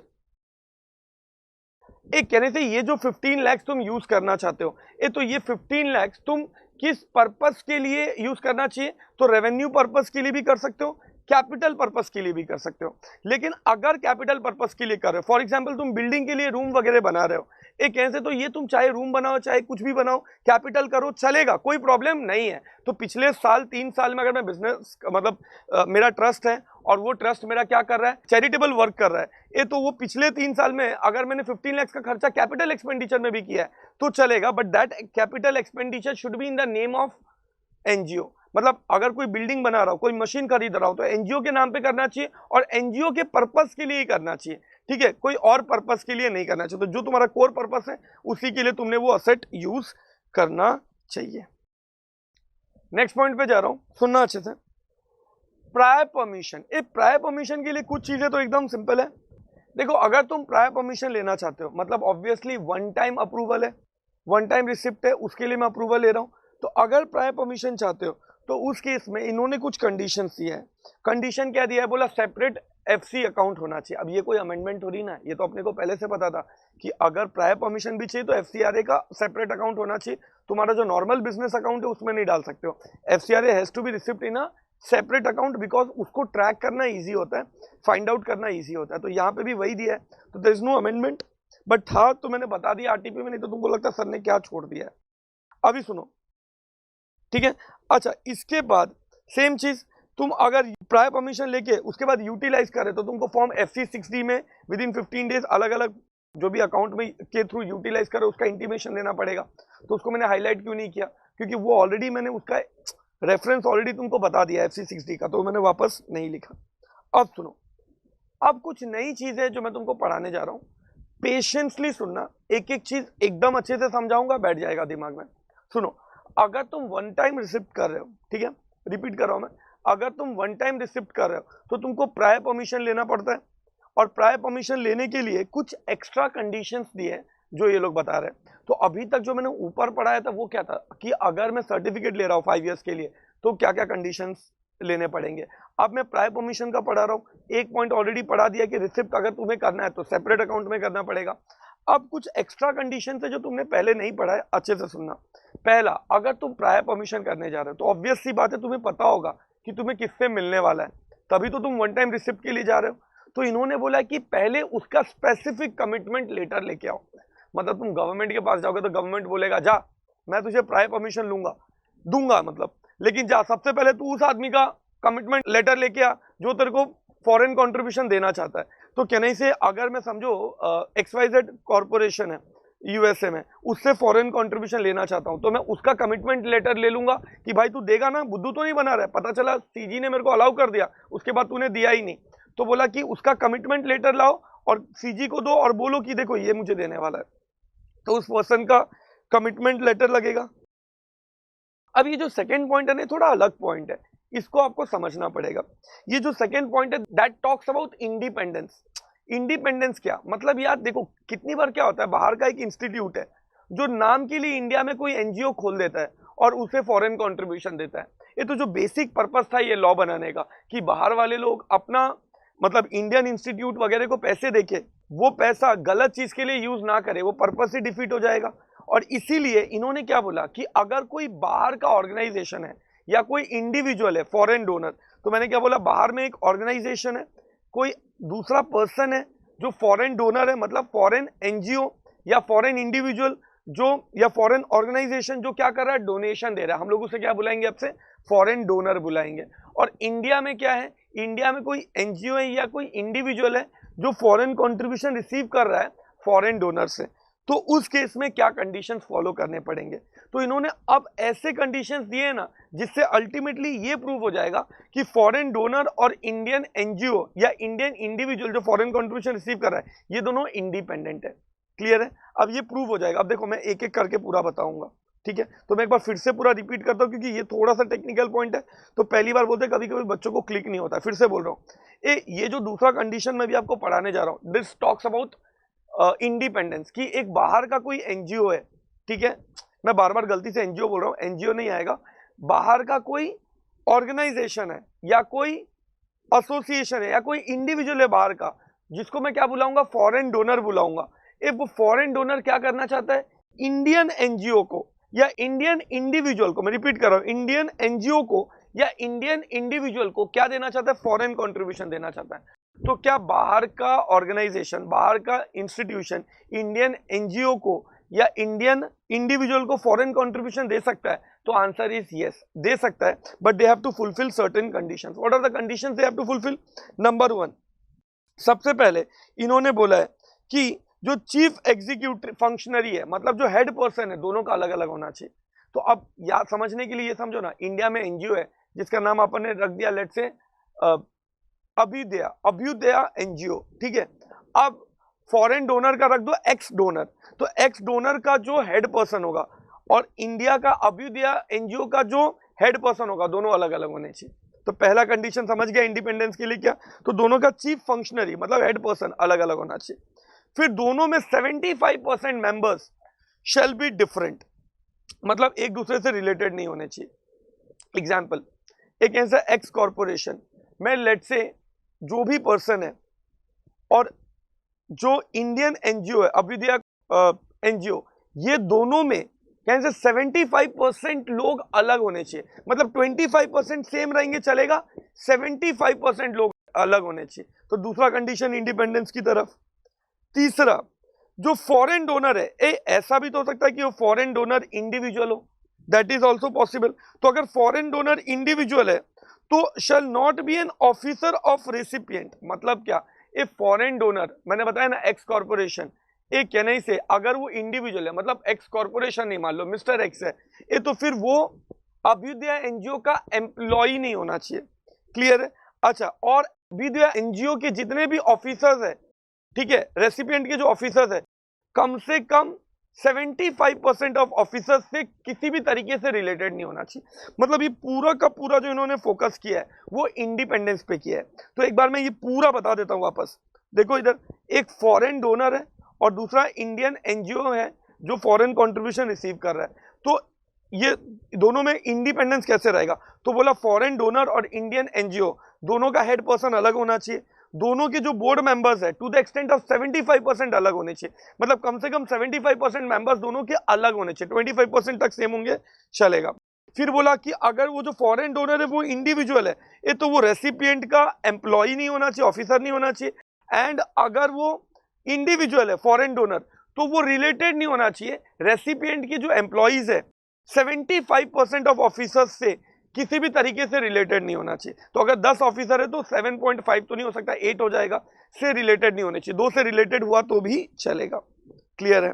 अब देखो ये सब थोड़ा कॉम्प्लिकेटेड पॉइंट है, तो इसीलिए मैंने लेफ्ट साइड में सिंपल सिंपल तरीके से लिख दिया है। तुम उतना रीड कर लोगे तो हो जाएगा काम, ठीक है, तुमको ज्यादा फिक्र करने की जरूरत नहीं है। फिर ये सब तो कॉमन चीज था जो बता दिया मैंने। अच्छा, ये सब नहीं देखना है, वो सब सेम था जो हम लोग ने ऑलरेडी पढ़ा हुआ है। अच्छा, ऐसा भी हो सकता है कि फॉरेन कंट्रीब्यूशन तुम इंस्टॉलमेंट में रिसीव कर रहे हो। अच्छा, ये सब प्रायर परमिशन के लिए पढ़ रहे हैं ना हम लोग, वन टाइम रिसिप्ट के लिए, तो तुम इंस्टॉलमेंट में रिसीव कर रहे हो और amount is more than 1 crore. ये मतलब बहुत बड़ा अमाउंट है और थोड़ा थोड़ा करके तुम रिसीव करना चाहते हो, गवर्नमेंट बोला चलेगा। तो लेट से मेरा एनजीओ है अभ्युदय एनजीओ, ठीक है, और मैं लेट से कोई बहुत बड़ा फॉरेन डोनर है, लेट से नाम है उसका जॉर्ज। तो अगर मैं जॉर्ज से 1.5 सीआर का फॉरेन कंट्रीब्यूशन रिसीव करना चाहता हूं, और वो भी मैं थोड़ा थोड़ा करके, मतलब एक बार 30 लाख, एक बार 20 लाख, ऐसे करके इंस्टॉलमेंट में रिसीव करना चाहता हूं। गवर्नमेंट बोला हम तेरे को वन टाइम अप्रूवल दे देंगे, लेकिन ऑब्वियसली वन टाइम अप्रूवल देंगे, लेकिन हर इंस्टॉलमेंट के टाइम पे तेरे को पुराने वाले इंस्टॉलमेंट का पहले 75% यूज करना है, उसके बाद ही तेरे को सेकेंड इंस्टॉलमेंट मिलेगा।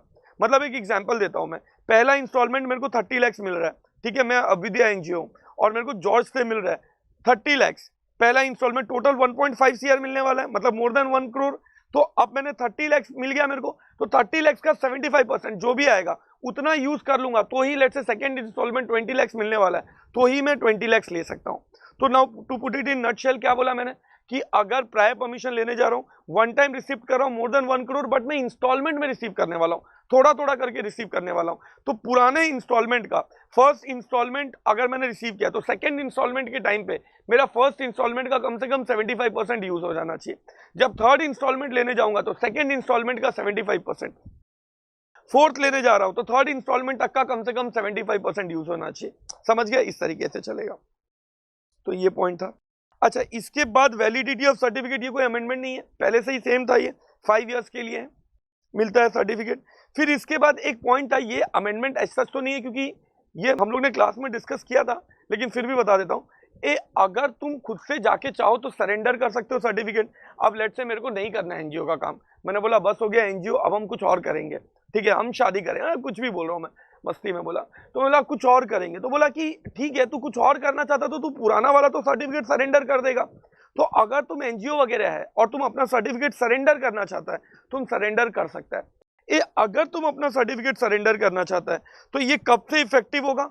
ये जो सरेंडर है, वैलिडिटी कब से इफेक्टिव होगा? जब मैं बोलता हूँ इफेक्टिव होगा, मतलब उस दिन से तुम्हारा सर्टिफिकेट सीज हो जाएगा, कैंसिल हो जाएगा। तो जिस दिन सीजी ने एक्सेप्ट कर लिया तुम्हारा एप्लीकेशन, उस दिन से माना जाएगा तुम्हारा एग्जिस्टेंस खत्म हो गया। तो समझो मैंने 10 को दिया और 12 को सीजी ने एक्सेप्ट कर लिया कि हाँ तेरा एप्लीकेशन हम एक्सेप्ट करते हैं, तो माना जाएगा मेरा एनजीओ 12 से एग्जिस्ट होना बंद हो गया है, हाँ, तो क्लोज हो गया 12 से। क्लियर है? फिर मेंटेनेंस ऑफ अकाउंट हमने ऑलरेडी पढ़ा है, रिसिप्ट के लिए और यूटिलाइजेशन के लिए अलग अलग अकाउंट मेंटेन करना पड़ता है, तो there is no amendment. Renewal के लिए जाते हो, ये भी हमने पढ़ा हुआ है, लेकिन फिर भी बता देता हूँ, ये रिन्यूअल के लिए जाते तो इतना नया अमेंडमेंट नहीं है, थोड़ा पुराना हो चुका है, तो हम लोग ने मोस्टली क्लास में भी ये पढ़ा हुआ है, बट फिर भी एक बार बता देता हूँ। रिन्यूअल के लिए अगर तुम जाते हो तो तुम सर्टिफिकेट कौन से फॉर्म में अप्लाई करोगे? Form FC3C। रिपीट कर रहा हूँ, कौन से फॉर्म में अप्लाई करोगे? Form FC3C। अच्छा, ये इलेक्ट्रॉनिक फॉर्म रहेगा। कौन सा फॉर्म रहेगा? Electronic form.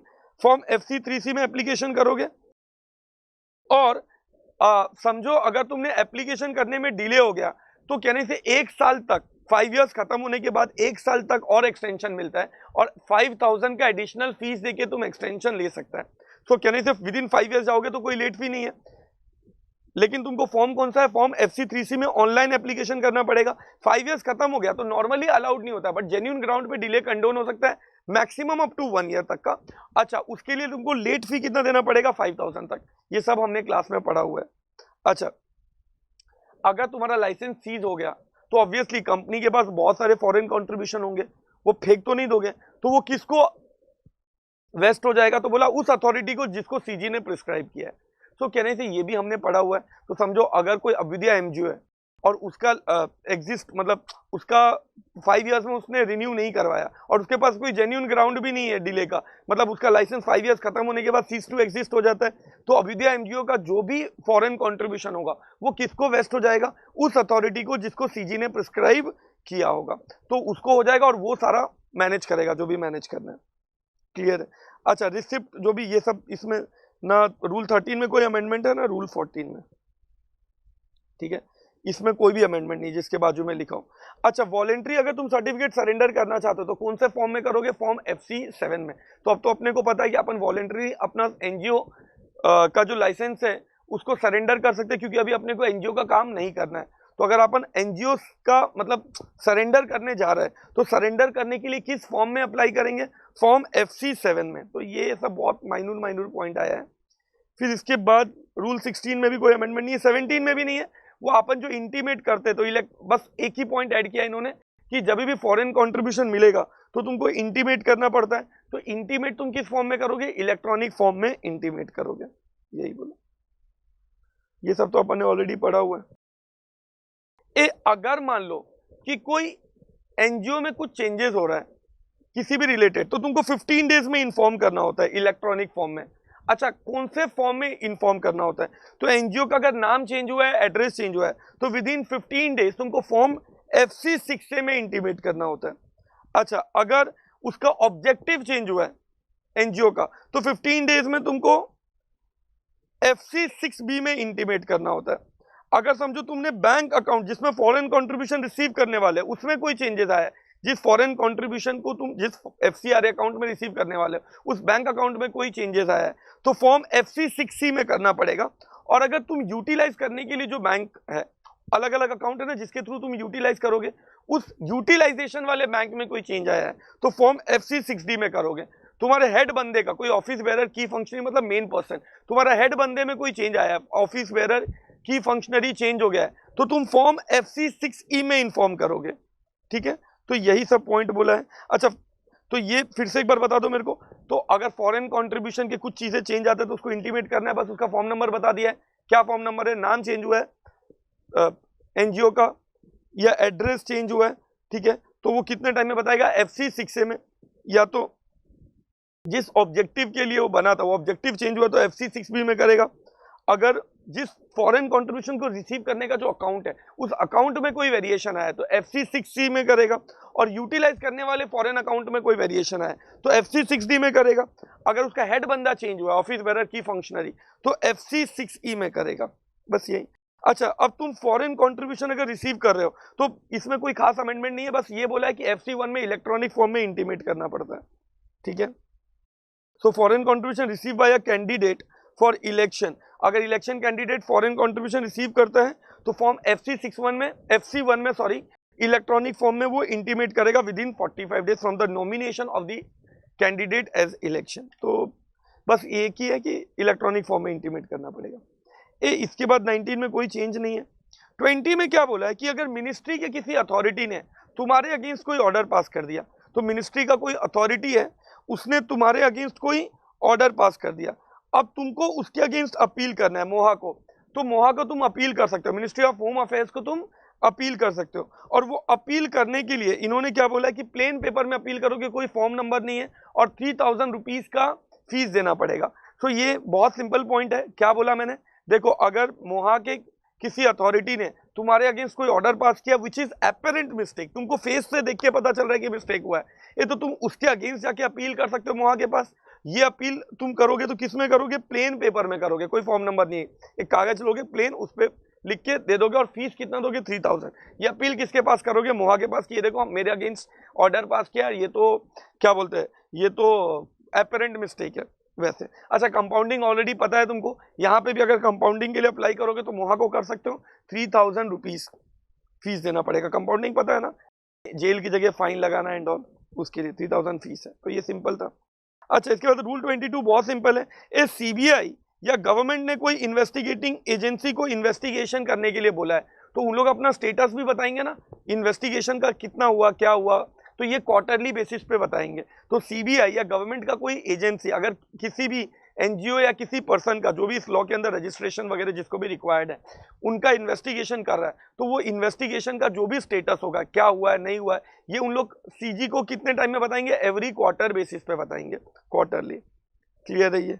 अच्छा, इसके बाद रूल 23 क्या बोलता है, एनी इंफॉर्मेशन और इंटीमेशन अबाउट पॉलिटिकल और speculative activity of person as mention in rule 3 and 4 shall be furnish to secretary और गवर्नमेंट ऑफ इंडिया। अपन ने पढ़ा ना, और ये सब इलेक्ट्रॉनिक फॉर्म में फाइल होगा। अपन ने पढ़ा ना, speculative activity is not allowed, या कौन कौन पॉलिटिकल ऑर्गेनाइजेशन है, तो ये अपन ने रूल 3 रूल 4 में पढ़ा है। इसका जो भी इंफॉर्मेशन होगा वो सब किसको दिया जाएगा, गवर्नमेंट ऑफ इंडिया को। और ये इंफॉर्मेशन कौन से फॉर्म में दिया जाएगा, ये इलेक्ट्रॉनिक फॉर्म में दिया जाएगा।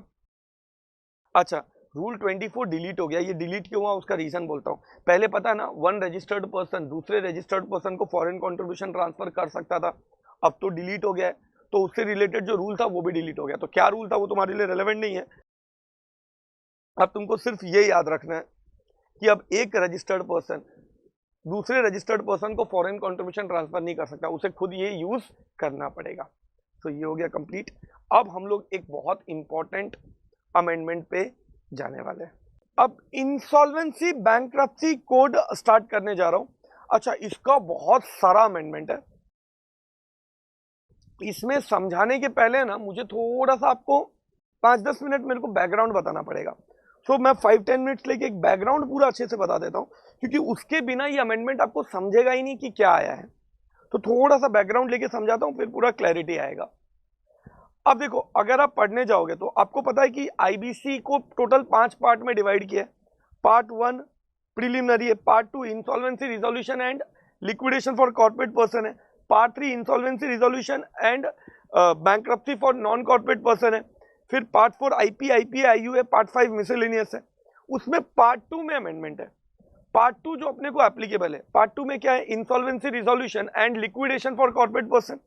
अब उसमें एक्चुअली अमेंडमेंट क्या आया है सुनो, उसमें ना चैप्टर 3 के बाद एक चैप्टर 3A इंसर्ट हो गया है, तो एक ऑल टुगेदर नया चैप्टर इंसर्ट हुआ है। अब ये चैप्टर किस चीज के लिए इंसर्ट हुआ है मैं वो बताने जा रहा हूं। एक pre packaged insolvency resolution process आया है। मैं रिपीट कर रहा हूं, pre package insolvency resolution process. अब ये इसको मैं शॉर्टली PPIRP बोलूंगा, ठीक है, PPIRP।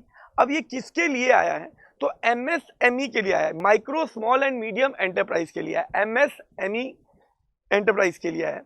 अब ये अमेंडमेंट क्या है समझते हैं। सी क्या होता था, ये कोविड में ना, ये जो छोटे छोटे कंपनीज है, medium company, micro level company, small या मीडियम एंटरप्राइज कंपनी, इनका बिजनेस बहुत बुरी तरीके से डैमेज हुआ था और इनका फाइनेंशियल सिचुएशन बहुत खराब हुआ था। तो ऑब्वियस सी बात, इन्होंने बहुत सारा डिफॉल्ट वगैरह किया था। अब यार अगर तुम तुरंत बोलोगे क्रेडिटर्स को बुलाओ, क्रेडिटर्स को इनका कंट्रोल दे दो, तो इनका बिजनेस पूरा कोलैप्स हो जाएगा। तो ये चैप्टर 3A इनके लिए ही आया है। ये जो micro small and medium enterprise है, MSME और इंस्टीट्यूट है, कंपनीज है, उनके लिए क्या अमेंडमेंट आया है कि वो लोग है ना, इसके चैप्टर 3 के अंदर सामने से जाके अपना इंसॉल्वेंसी करवा सकते हैं। अब तुम बोलेगा सर इसमें क्या बेनिफिट है, ये देखो, अब ये पार्ट 2 के अंदर आया है, मतलब इतना तो कंफर्म है कि it is applicable only for corporate person. तो अगर MSME अदर देन कंपनी या LLP है तो उसको ये बेनिफिट नहीं है। ये सिर्फ किसको है, कोई अगर कंपनी है या LLP है, ठीक है, which is covered in the definition of MSME, ठीक है, छोटी कंपनी याद रखते हैं, जैसे अपन छोटी कंपनी बोलेंगे। तो अगर कोई कंपनी एलएलपी छोटी कंपनी एमएसएमई में आ जाता है, micro small and medium enterprise में आ जाता है, तो उसके लिए इन्होंने क्या एडवांटेज दिया है, इन्होंने बोला है कि देखो नॉर्मली अगर सीआईआरपी में जाते हो, कॉर्पोरेट इंसॉल्वेंसी रिजोल्यूशन प्रोसेस में जाते हो, तो तुम्हारे हाथ से कंट्रोल चला जाता है। और ये कंट्रोल किसके पास चला जाता है बताइए मेरे को? ये कंट्रोल चला जाता है तुम्हारा सीओसी के पास चला जाता है। बट यहाँ पे है ना कहीं जब मैं आगे पढ़ाऊंगा तो तुमको पूरी क्लैरिटी आएगी। यहाँ पे बहुत हद तक कंट्रोल किसके पास रखा है? प्रमोटर के पास ही रखा है। तो गवर्नमेंट ने एक तरीके से उनको एडवांटेज देने की बात किया है। तो समझो अगर मैं एमएसएमई में फॉल कर रहा हूँ, ठीक है, मैं माइक्रो एंटरप्राइज हूँ, स्मॉल एंटरप्राइज हूँ या मीडियम एंटरप्राइज हूँ, मैं उसमें फॉल कर रहा हूँ, ठीक है, और मैंने डिफॉल्ट कर दिया, अब मेरे को डर है कि यार मैं सीआईआरपी में सीओसी आएगा और मेरे ऊपर कंट्रोल ले लेगा। तो मैं क्या करूंगा, उससे बचने के लिए खुद ही एप्लीकेशन कर दूंगा अंडर चैप्टर 3 जो नया अमेंडमेंट आया है। और इसमें सबसे बड़ा एडवांटेज क्या है कि जो कंट्रोल होता है, ये सारा का सारा कंट्रोल किसके हाथ में मेरे बच्चों? प्रमोटर के हाथ में ही रहता है। इसका मतलब प्रमोटर के हाथ से ये कंट्रोल नहीं जाता है। तो तुमको ये एडवांटेज समझ गया? नहीं तो क्या होता है, अपनी कंपनी पराई हो जाती है, सीओसी कंट्रोल ले लेता है पूरा। यहाँ पे कंट्रोल प्रमोटर के पास ही रहता है। तो ये बहुत बड़ा एडवांटेज है जो छोटे छोटे स्ट्रगलिंग एंटरप्राइज को बचाने के लिए ये अमेंडमेंट आया है। अच्छा, अब सुनो, अब कुछ बेसिक चीज है जो मैं तुमको डिफरेंस बताना चाहता हूं, जो तुम्हारे आरटीपी में नहीं दिया है बट तुमको पता होना चाहिए। अगर तुम लोग पढ़ोगे तो सीआरपी में कौन एप्लीकेशन कर सकता है? फाइनेंशियल क्रिएटर एप्लीकेशन कर सकता है सेक्शन 7 में, ऑपरेशनल कर सकता है सेक्शन 9 में, कॉर्पोरेट डेटर कर सकता है सेक्शन 10 में। यहाँ पे सिर्फ और सिर्फ कॉर्पोरेट डेटर खुद एप्लीकेशन कर सकता है। मतलब financial creator, operational creator, PP, IRP में एप्लीकेशन नहीं कर सकता। ये सब आएगा, मतलब पढ़ाऊंगा डिटेल में, बट अभी एक बैकग्राउंड समझ लो डिफरेंशिएशन, ताकि समझने में ईजी हो। अच्छा, अगर सीआईआरपी में कंट्रोल किसके हाथ में होता है? सीओसी के हाथ में। यहाँ पे कंट्रोल किसके पास होता है? कंपनी के पास, प्रमोटर के पास, खुद के पास होता है। इसके बाद अगर तुम सीआरपी में जाना चाहते हो तो डिफॉल्ट अमाउंट कितना होता है? 1 करोड़। यहाँ पे डिफॉल्ट अमाउंट 10 लाख है। पीपी आईआरपी में डिफॉल्ट अमाउंट कितना है? 10 लाख है। तो ये एक पॉइंट है। आई होप ये थोड़ा सा बैकग्राउंड क्लियर हो रहा है। यहाँ पे थोड़ा पेशेंस का जरूरत पड़ेगा। मतलब तुम सोचेगा इमीडिएटली स्टार्टिंग में ही पूरा समझ जाए, वो नहीं हो पाएगा। तो थोड़ा सा धीरे धीरे करके अगले 10-15 मिनट में तुम कंफर्टेबल हो जाएगा। और उसका रीजन है, देखो रीजन ये है कि देखो अब ये तुम फर्स्ट टाइम पढ़ रहा है, इसका बैकग्राउंड वगैरह सब नया है, इससे पहले तुमने इसके बारे में ज्यादा कुछ सुना नहीं है, तो इसको तुमको कंफर्टेबल होने में भी थोड़ा टाइम लगेगा। अच्छा, अब सुनो, चैप्टर 3 ये नया इंसर्ट हुआ है पार्ट 2 में, कॉर्पोरेट पर्सन के लिए ही ये भी एप्लीकेबल है। अगर तुम्हारा कंपनी है, एलएलपी, एमएसएमई, तो ही इसमें जाएगा। इसका रेंज ऑफ सेक्शन है 54A से लेके 54P। बट ये तो नए सेक्शन है जो तुम फर्स्ट टाइम पढ़ रहे हो। तुम्हारे एग्जिस्टिंग सेक्शन में प्री पैकेज इंसॉल्वेंसी की वजह से भी थोड़े थोड़े अमेंडमेंट आए। अब देखने जाओगे तो ये अमेंडमेंट उतना क्रूशियल नहीं है, बट वो अमेंडमेंट आ गया है। अब वो अमेंडमेंट क्या है मैं बताऊंगा। अब होता क्या है ना, बहुत जगह पे अपन पढ़े पार्ट 2 में, हर जगह पे सीआरपी लिखा हुआ है। तो देयर आर सेवरल प्लेसेस जहां पे अब सीआरपी के साथ PPIRP, pre package insolvency resolution process बोल के ऐड हो गया है। अब तुम सोचता होगा इसका अजीब सा नाम क्यों है पीपीआईआरपी। अब मैं वो तुमको बताने वाला हूँ, जस्ट मेरे को 2-5 मिनट दे दो, फिर मैं उस पर आऊंगा। बट इसमें जो सबसे पहला मैं डिस्कशन करने जा रहा हूँ, ऑर्डिनेंस 21 में जो आया है अमेंडमेंट, देखो क्या है ये तो सबसे पहले सीआरपी में कितना डिफॉल्ट होगा तो तुम एप्लीकेशन फाइल कर सकते हैं। ₹1 करोड़ और मोर का डिफॉल्ट होगा तो तुम सीआरपी में एप्लीकेशन फाइल कर सकता है। पीपीआईआरपी में ऐसा नहीं है। पीपीआईआरपी में 10 लाख या मोर का डिफॉल्ट होगा तो एप्लीकेशन फाइल कर सकता है। ये अब ऐसे समझो ना, अगर कोई एमएसएमई है, ठीक है, क्या है, कोई एमएसएमई है, 10 लाख या उससे ज्यादा का डिफॉल्ट है, ये तो कहने से ही कैन फाइल अंडर पीपीआईआरपी। अच्छा, उसने 10 लाख और मोर का डिफॉल्ट किया है तो पीपीआईआरपी के अंदर, मतलब pre package insolvency resolution process के अंदर उसका एफसीओसी फाइल नहीं कर सकता। क्यों? इसके अंदर सिर्फ और सिर्फ एप्लीकेशन करने का राइट किसके पास दिया है मेरे बच्चों? इसके अंदर सिर्फ और सिर्फ एप्लीकेशन करने का राइट कॉर्पोरेट डेटर के पास है। सीआईआरपी में अगर 1 करोड़ और मोर का डिफॉल्ट है तो एफसीओसी सीडी तीनों में से कोई भी एप्लीकेशन फाइल कर सकता है। अब एमएसएमई का ही अगर डिफॉल्ट 1 करोड़ के ऊपर है तो सर क्या वो पीपीआईआरपी में जा सकता है? यस। सर क्या वो सीआईआरपी में जा सकता है? यस, दोनों में जा सकता है। ये मतलब एक मिनट, अब ऐसे सोचो, ये मैं एंटिटी हूं, एमएसएमई हूं, ये मेरा 10 लाख का डिफॉल्ट है। I want to go to PPIRP, can I go? Yes, I can go. FCOC want to go, can not go. ए मैं एमएसएमई हूं, मेरा 1 करोड़ या उससे ज्यादा का डिफॉल्ट हुआ, मैं पीपीआईआरपी में जाना चाहता हूँ, जा सकता हूँ, यस। मैं सीआईआरपी में जाना चाहता हूँ, जा सकता हूँ, यस। ये मेरा एफसीओसी पीपीआईआरपी में जाना चाहता है, नहीं जा सकता है। लेकिन मेरा एफसीओसी अब सीआईआरपी में जाना चाहता है, अब क्योंकि 1 करोड़ या उससे ज्यादा का डिफॉल्ट है तो जा सकता है। तो to put it in a simple language कहने से, अब कहने से अगर तुम पीपीआईआरपी है 1 करोड़ के ऊपर है तो तुम्हारे पास दोनों चॉइस है, सॉरी मैं उल्टा बोल दिया, अगर तुम एमएसएमई है और 1 करोड़ के ऊपर डिफॉल्ट है तो तुम्हारे पास 2 चॉइस है। अगर तुम एमएसएमई और तुम्हारा डिफॉल्ट 1 करोड़ या उससे ऊपर है तो कहने से you can go either under CIRP और you can even go under PPIRP, तुम्हारे पास चॉइस है। एमएसएमई नहीं है तब तो जो पुराना प्रोविजन है वही 1 करोड़ और मोर है तो सीआरपी में जाएगा। अगर एमएसएमई है 1 करोड़ से कम का डिफॉल्ट है लेकिन 10 लाख से ज्यादा है तो भी तुम जा सकता है, बट तब तो ऑब्वियसली तुमको पीपीआईआरपी में जाना पड़ेगा क्योंकि 1 करोड़ से कम का डिफॉल्ट है। तो आई होप थोड़ा बहुत क्लैरिटी आ गया होगा तुमको। तो कहने से अब इतना अंदर जाके एग्जाम में आई डोंट थिंक सो पूछना चाहिए जब फर्स्ट टाइम अप्लाई कर रहे हो तो, बट एक बार मैंने फिर भी तुमको सब पॉइंट ऑफ व्यू से परम्यूटेशन कॉम्बिनेशन बता दिया है, ठीक है। एग्जाम के लिए तुम सिंपल क्या याद रखना है वो बता देता हूँ। सीआरपी में जो पुराना डिफॉल्ट है वही ले लेना, 1 करोड़ या उससे ज्यादा का डिफॉल्ट हुआ तो एप्लीकेशन कर सकता है, और पीपीआईआरपी में कितना 10 लाख या उससे ज्यादा का डिफॉल्ट हुआ तो एप्लीकेशन कर सकता है। सीआरपी में कौन एप्लीकेशन कर सकता है? एफसीओसी सीडी। पीपीआईआरपी में कौन एप्लीकेशन कर सकता है? Only CD can file an application, ठीक है। अच्छा, अब इस लॉ का सबसे बड़ा लाने का क्या बेनिफिट है सुनो। यहाँ पे है ना, सीआईआरपी में क्या होता है, जब तुम एप्लीकेशन फाइल करते हो तो नेम ऑफ आईपी देते हो। एनसीएलटी क्या करता है, नेम ऑफ आईपी देते हो। एनसीएलटी क्या करता है, तुम्हारे जो आईपी का नाम है उस नाम को, उस बंदे को आईआरपी अपॉइंट कर लेता है। वो आईआरपी पब्लिक अनाउंसमेंट करता है, वो पब्लिक अनाउंसमेंट के बाद सीओसी वगैरह बनता है। उसके बाद कहने से वही उस बेसिस पे रिजोल्यूशन प्लान बनता है, मतलब वो इंफॉर्मेशन मेमोरेंडम बना के देता है एप्लीकेंट, सॉरी प्रोफेशनल, और रिजोल्यूशन एप्लीकेंट रिजोल्यूशन प्लान बनाता है। यहाँ पे ऐसा नहीं है। यहाँ पे जिस दिन एप्लीकेशन फाइल होगा, क्या बोला मेरे बच्चों मैंने, जिस दिन एप्लीकेशन फाइल होगा उसी दिन सीडीए ना एनसीएलटी को एक रिजोल्यूशन प्लान देगा, और जिसको बोलते हैं बेस रिजोल्यूशन प्लान, अपन बीआरपी बुलाएंगे, ठीक है। क्या बोला जाता है उसको? Base resolution plan. तो मतलब वो क्या होगा ना, जब प्लान लेके जाएगा तो ऑलरेडी वो डिस्कस कर लेगा थोड़ा, ठीक है। वो जाएगा और किसके साथ डिस्कशन कर लेगा? जो ऑलरेडी जो तुम्हारा फाइनेंशियल क्रेडिटर्स वगैरह के साथ बैठ के ना वो डिस्कशन करेगा, और डिस्कशन करने के बाद एक बेस रिजोल्यूशन प्लान बनाएगा।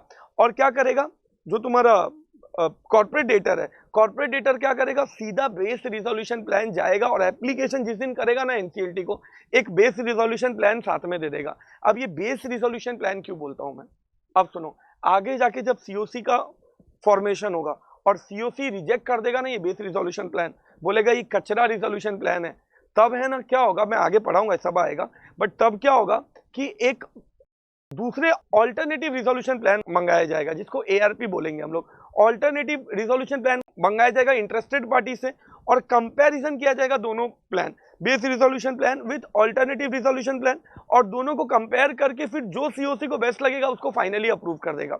तो तुम बोलेगा सर लेकिन फिर इसका मतलब क्या हुआ, बट ऐसा भी तो हो सकता है कि सीओसी को ये प्लान ही पसंद आए और इसी को अप्रूव करके आगे ले जाए।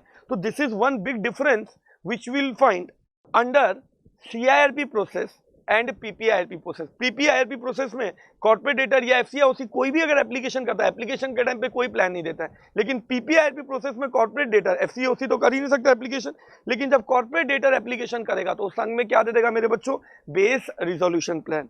सो एक इसको भी इन्होंने डिफाइन कर दिया है, बोला बेस रिजोल्यूशन प्लान मतलब ऐसा प्लान जो कॉर्पोरेट डेटर देता है। वो तो संग में जैसे ही एप्लीकेशन करेगा वैसे ही वो बेस रिजोल्यूशन प्लान वैसे ही साथ में वो दे देगा, ठीक है। हो सकता है वही प्लान को अप्रूव कर दे, अल्टीमेटली सीओसी तो वही प्लान कहने से एग्जीक्यूट हो जाएगा, इंप्लीमेंट हो जाएगा एनसीएलटी द्वारा।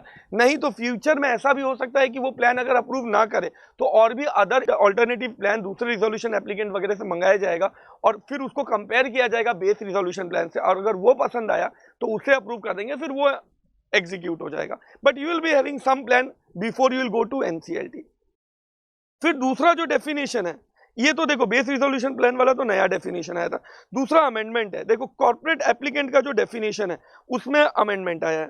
अब अमेंडमेंट क्या आया है, देखो सिंपल सा अमेंडमेंट है, मैं बताता हूँ। कॉर्पोरेट एप्लीकेंट में अपन ने क्या पढ़ा था, कॉर्पोरेट एप्लीकेंट मींस पहले तो कॉर्पोरेट डेटर और any member which is any member or partner of the corporate debtor who is authorized to make application under CIRP, ये पॉइंट ऑलरेडी था, who is authorized to make an application under CIRP, और pre package insolvency resolution process. मतलब इस amendment का कोई खास मतलब नहीं है, बस डेफिनेशन में ना वो जो बी वाला पॉइंट था ना, जहां पे अपना कि member partner who is authorised under a constitutional document to make application under CIRP, उसमें आप क्या लिख दोगे, पीपीआईआरपी वर्ड ऐड हो जाएगा। क्यों ऐड हो जाएगा? क्योंकि अब कॉर्पोरेट डेटर को राइट है to file an application. Member partner मतलब ऑब्वियसली मेंबर बोल रहा हूं मतलब शेयर होल्डर्स वगैरह हो गए, पार्टनर मतलब एलएलपी के केस में आ गया, उनको भी राइट है, चाहे कंपनी सीआरपी में हो या पीपीआईआरपी में हो, एप्लीकेशन कर सकता है।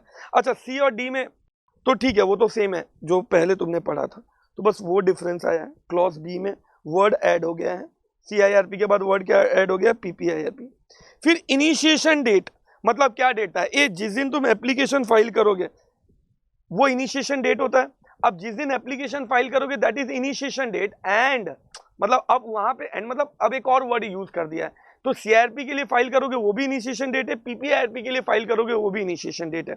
तो ये सब अमेंडमेंट एज सच नहीं भी बोलता तो चलता, लेकिन फिर तुमको लगता सर ने बोला क्यों नहीं, तो मैं एक बार बस ओवरव्यू दे रहा हूं कि जो जो सीआरपी जहां जहां पे लिखा था ना, उन्होंने पीपीआईआरपी वर्ड ऐड कर दिया। ये सब इतना ज्यादा क्रूशियल नहीं है एग्जाम पॉइंट ऑफ व्यू, थोड़ी देर बाद स्टार्ट होगा तब मैं एकदम डिटेल में पढ़ाऊंगा, तब तक थोड़ा सा पेशेंस रखो।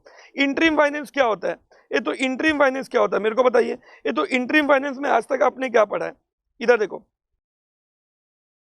इंटरिम फाइनेंस में आज तक आपने क्या पढ़ा है, एक सीआईआरपी प्रोसेस के टाइम पे अगर तुम कोई फंड रेज करते हो, सीआईआरपी प्रोसेस के टाइम पे अगर तुम कोई फंड रेज करते हो तो वो इंटरिम फाइनेंस माना जाएगा। अब सीआरपी के टाइम पे तुम कोई फंड रेज करते हो तो वो इंटरिम फाइनेंस हो गया। इसमें एक वर्ड ऐड कर दिया, बोला यार पीपीआईआरपी के टाइम पे भी अगर तुम कोई फंड रेज कर रहे हो वो भी इंटरिम फाइनेंस माना जाएगा। So these are not a very very important definition, सिर्फ इसका लीगल इंपैक्ट उतना ज्यादा किसी पे नहीं पड़ा है। यहां पे एक नया डेफिनेशन इन्होंने ऐड किया है 23D। अब वो 23D में क्या है एक बार समझ लेते हैं। A pre package insolvency resolution period कब से स्टार्ट होगा, जब एप्लीकेशन स्टार्ट हुआ है तब वो स्टार्ट होगा। कब एंड होगा प्रोसेस, तो बोला या तो रिजोल्यूशन प्लान अप्रूव कर दिया तो एंड हो जाएगा, या तो कुछ ऐसे ग्राउंड्स होते हैं जहां पे इन लोग पीपीआईआरपी को शिफ्ट करवा देते हैं सीआईआरपी में। कुछ रीजंस होता है, जब सीओसी खुश नहीं होता है प्लान से, वो एनसीएलटी को बोलता है और एनसीएलटी को लगता है कि this plan should be shifted to CIRP, ये तो उसको बोलता है ठीक है इसको सीआईआरपी में शिफ्ट कर दो, तो वो भी एक ग्राउंड हो जाएगा। या तो तुम्हारा पीपीआईआरपी को टर्मिनेट कर दिया जाता है, कुछ फ्रॉड वगैरह के केसेस होते हैं तब तुम्हारे पीपीआईआरपी को टर्मिनेट कर देते हैं, बोलते हैं प्रमोटर फ्रॉड कर रहा है टर्मिनेट करो, ये तो भी तुम्हारा pre package insolvency resolution process and हो जाता है। जैसे अपन ने सीआरपी में पढ़ा था, अपना रिजोल्यूशन प्रोसेस कमेंस कब से होता है, तो from the date of admission of an application by NCLT and it ends on application made resolution plan submitted to NCLT, उस दिन एंड होता है।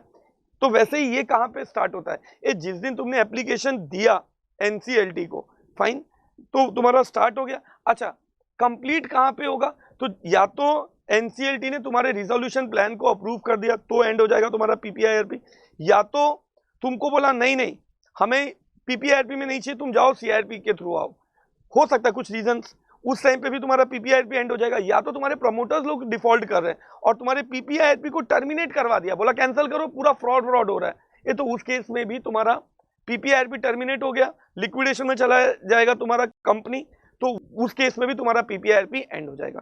तो दीज आर 3 पॉइंट्स। अब देखो थोड़ा सा यहाँ पे तुमको पेशेंस रखना ही पड़ेगा, एज आई टोल्ड यू ये आपने पहले नहीं पढ़ा हुआ है, तो इसको बैकग्राउंड डेवलप करने में थोड़ा सा टाइम लगेगा, बट एक बार ही बैकग्राउंड डेवलप हो जाएगा तो तुम्हारा पूरा कॉन्फिडेंस डेवलप हो जाएगा। इसके बाद आता है रिजोल्यूशन एप्लीकेंट। ए रिजोल्यूशन एप्लीकेंट कौन होता है, ये तो जिसने या तो सीआरपी के टाइम पे रिजोल्यूशन प्लान दिया है वो होता है, या तो जिसने पीपीआईआरपी में, मैंने तुमको क्या बोला आगे जाके ऐसा हो सकता है ना कि तुम्हारे बेस रिजोल्यूशन प्लान को सीओसी रिजेक्ट कर दे, तब रिजोल्यूशन प्लान इनवाइट किया जाएगा, तो ये जो रिजोल्यूशन प्लान इनवाइट होगा तो ये रिजोल्यूशन एप्लीकेंट ही रिजोल्यूशन प्लान देंगे जो इनवाइट किया जाएगा सीओसी द्वारा। ये तो कहने से ये लोग भी रिजोल्यूशन एप्लीकेंट होते हैं। तो इसको याद रखने के लिए क्या याद रखोगे, इसको याद रखने के लिए एक सिंपल चीज याद रखो कि जिस पर्सन ने रिजोल्यूशन प्लान दिया है either at the time of CRP process और at the time of PPIRP process, ये जिसने भी रिजोल्यूशन प्लान दिया उसको क्या बोला जाएगा, रिजोल्यूशन एप्लीकेंट। ठीक है, अच्छा यहाँ पे रिजोल्यूशन लेकिन प्लान कब दिया जाएगा, जब बेस रिजोल्यूशन प्लान को रिजेक्ट कर देंगे। मतलब यहाँ पे मैंडेटरी नहीं है कि रिजोल्यूशन प्लान आएगा ही रिजोल्यूशन एप्लीकेंट से, अगर बेस रिजोल्यूशन प्लान को ही सीओसी ने एडमिट कर दिया तब तो बहुत अच्छी बात है, लेकिन अगर बेस रिजोल्यूशन प्लान एडमिट नहीं किया तब रिजोल्यूशन एप्लीकेंट से उनके रिजोल्यूशन प्लान मंगाए जाएंगे, जिसको अपन ऑल्टरनेटिव रिजोल्यूशन प्लान बोलते हैं, एआरपी मंगाया जाएगा और रिजोल्यूशन एप्लीकेंट अपने प्लान देंगे। तो यहाँ पे वो बंदा क्या बन जाएगा, रिजोल्यूशन एप्लीकेंट। क्लियर है? अच्छा, रिजोल्यूशन प्रोफेशनल कौन होता है? कुछ नहीं, जो सीआरपी का प्रोसेस कर रहा है वो रिजोल्यूशन एप्लीकेंट होता है। जो प्रोसेस में पूरा सीआरपी प्रोसेस को कंडक्ट करने में पूरा हेल्प कर रहा है वो रिजोल्यूशन प्रोफेशनल होता है। बस वहां पे ऐड कर दिया, जो पीपीआरपी प्रोसेस को कंडक्ट करने में हेल्प कर रहा है वही रिजोल्यूशन प्रोफेशनल होता है। तो एक बार ये 3 प्लान 4 प्लान को हम लोग फटाफट 2 मिनट में ग्लिम्स कर लेते हैं। क्या नहीं से पहला मैंने तुमको क्या बताया कि पीपीआईआरपी में एप्लीकेशन कब होगा, जब 10 लाख या उससे ज्यादा का डिफॉल्ट हुआ। तो सीआरपी में तो पहले से अपन ने पढ़ा है 1 करोड़ या उससे ज्यादा का डिफॉल्ट हुआ तो एप्लीकेशन होगा। यहाँ पे जिस दिन एप्लीकेशन करेगा तुम्हारा क्या बोलते हैं कॉर्पोरेट डेटर, वहां उस दिन वो साथ में एप्लीकेशन के साथ बेस रिजोल्यूशन प्लान देगा, जिसको फ्यूचर में सीओसी अप्रूव कर सकता है, तो वही इफेक्टिव हो जाएगा।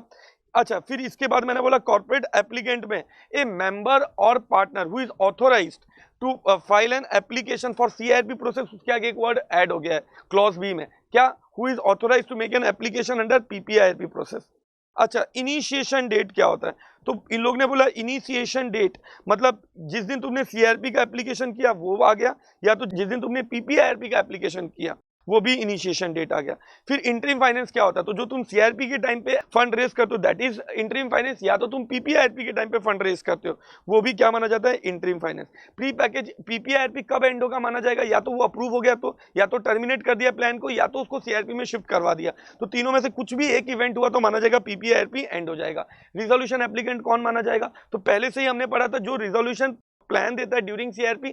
अब एक और आ गया जो रिजोल्यूशन प्लान देता है अगर इनवाइट किया जा रहा है तो ड्यूरिंग पीपीआईआरपी। फिर रिजोल्यूशन प्रोफेशनल कौन, who help you to conduct the process of CRP, उसमें एक वर्ड ऐड हो गया who help you to conduct the process of PPIRP. इसमें ज्यादा स्ट्रेस मत लेना, इसीलिए मैंने ज्यादा तुमको इसमें टाइम डाल के नहीं समझाया, इसके आगे का मैं तुमको डिटेल में पढ़ाऊंगा। अब सुनो क्या बोला है ये। अब सेक्शन 11 में क्या अमेंडमेंट आया है समझो। इस सेक्शन 11 के 4 अमेंडमेंट तो ऑलरेडी अपन ने पढ़े हुए हैं। कौन से 4 अमेंडमेंट है बताओ एक बार। कैसे, अगर कोई फाइनेंशियल क्रेडिटर जिसका ऑलरेडी रिजोल्यूशन प्रोसेस चल रहा है उसके अगेंस्ट एप्लीकेशन नहीं हो सकता है। जिसका जो फाइनेंशियल क्रेडिटर जो कॉर्पोरेट डेटर का रिजोल्यूशन प्रोसेस कंप्लीट हुआ है लास्ट के 12 मंथ्स में वो भी नहीं कर सकता एप्लीकेशन। या जो एफसीसीडी ने रिजोल्यूशन प्लान का वायलेशन किया है लास्ट के 12 मंथ में वो भी नहीं कर सकता, और लिक्विडेशन में है वो भी नहीं कर सकता। यहाँ पे ना तो इन्होंने क्या किया ना, वो जहां जहां पे सीआरपी लिखा था एक पीपीआईआरपी वर्ड ऐड कर दिया, तो वो अमेंडमेंट में कुछ दम नहीं है। एक अच्छा पॉइंट है जो मैंने तुमको ऑलरेडी पढ़ा दिया था, कहने से अगर कोई कॉर्पोरेट डेटर ने खुद के लिए एप्लीकेशन फाइल कर दिया अंडर पीपीआईआरपी तो क्या एफसीओसी उसके लिए एप्लीकेशन कर सकता है to initiate under PPIRP? Answer is no. और मैंने तुमको बताया भी था ना कि कहने से एफसी एंड ओसी के पास पावर नहीं है टू इनिशिएट एप्लीकेशन अंडर पीपीआईआरपी, सिर्फ कॉर्पोरेट डेटर ही ये इनिशिएट करवा सकता है अंडर पीपीआईआरपी। तो ये एक अमेंडमेंट आ गया है। नेक्स्ट पॉइंट पे जाते हैं, ध्यान देना। एक सेक्शन 11 ये नया आया है सिंपल लेकिन लैंग्वेज कॉम्प्लिकेटेड है, तो मैंने सिंपल करके लिख दिया है तुम्हारे लिए। ये ऐसा भी हो सकता है ना कि पीपीआईआरपी का एप्लीकेशन फाइल हुआ है और ऑलरेडी पीपीआईआरपी का एप्लीकेशन फाइल हुआ है और साइमल्टेनियसली सीआरपी का एप्लीकेशन फाइल हो गया। पहले तो क्या दोनों एप्लीकेशन साथ में चल सकता है? नहीं, या तो पीपीआईआरपी चलेगा या तो सीआरपी चलेगा, दोनों टुगेदर तो नहीं चल सकते।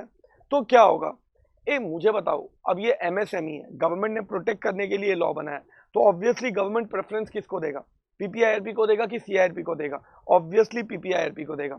तो इन्होंने क्या बोला, अगर सीआरपी के एप्लीकेशन के पहले ही पीपीआईआरपी का एप्लीकेशन फाइल हो गया, ये तब तो कोई क्वेश्चन ही नहीं है।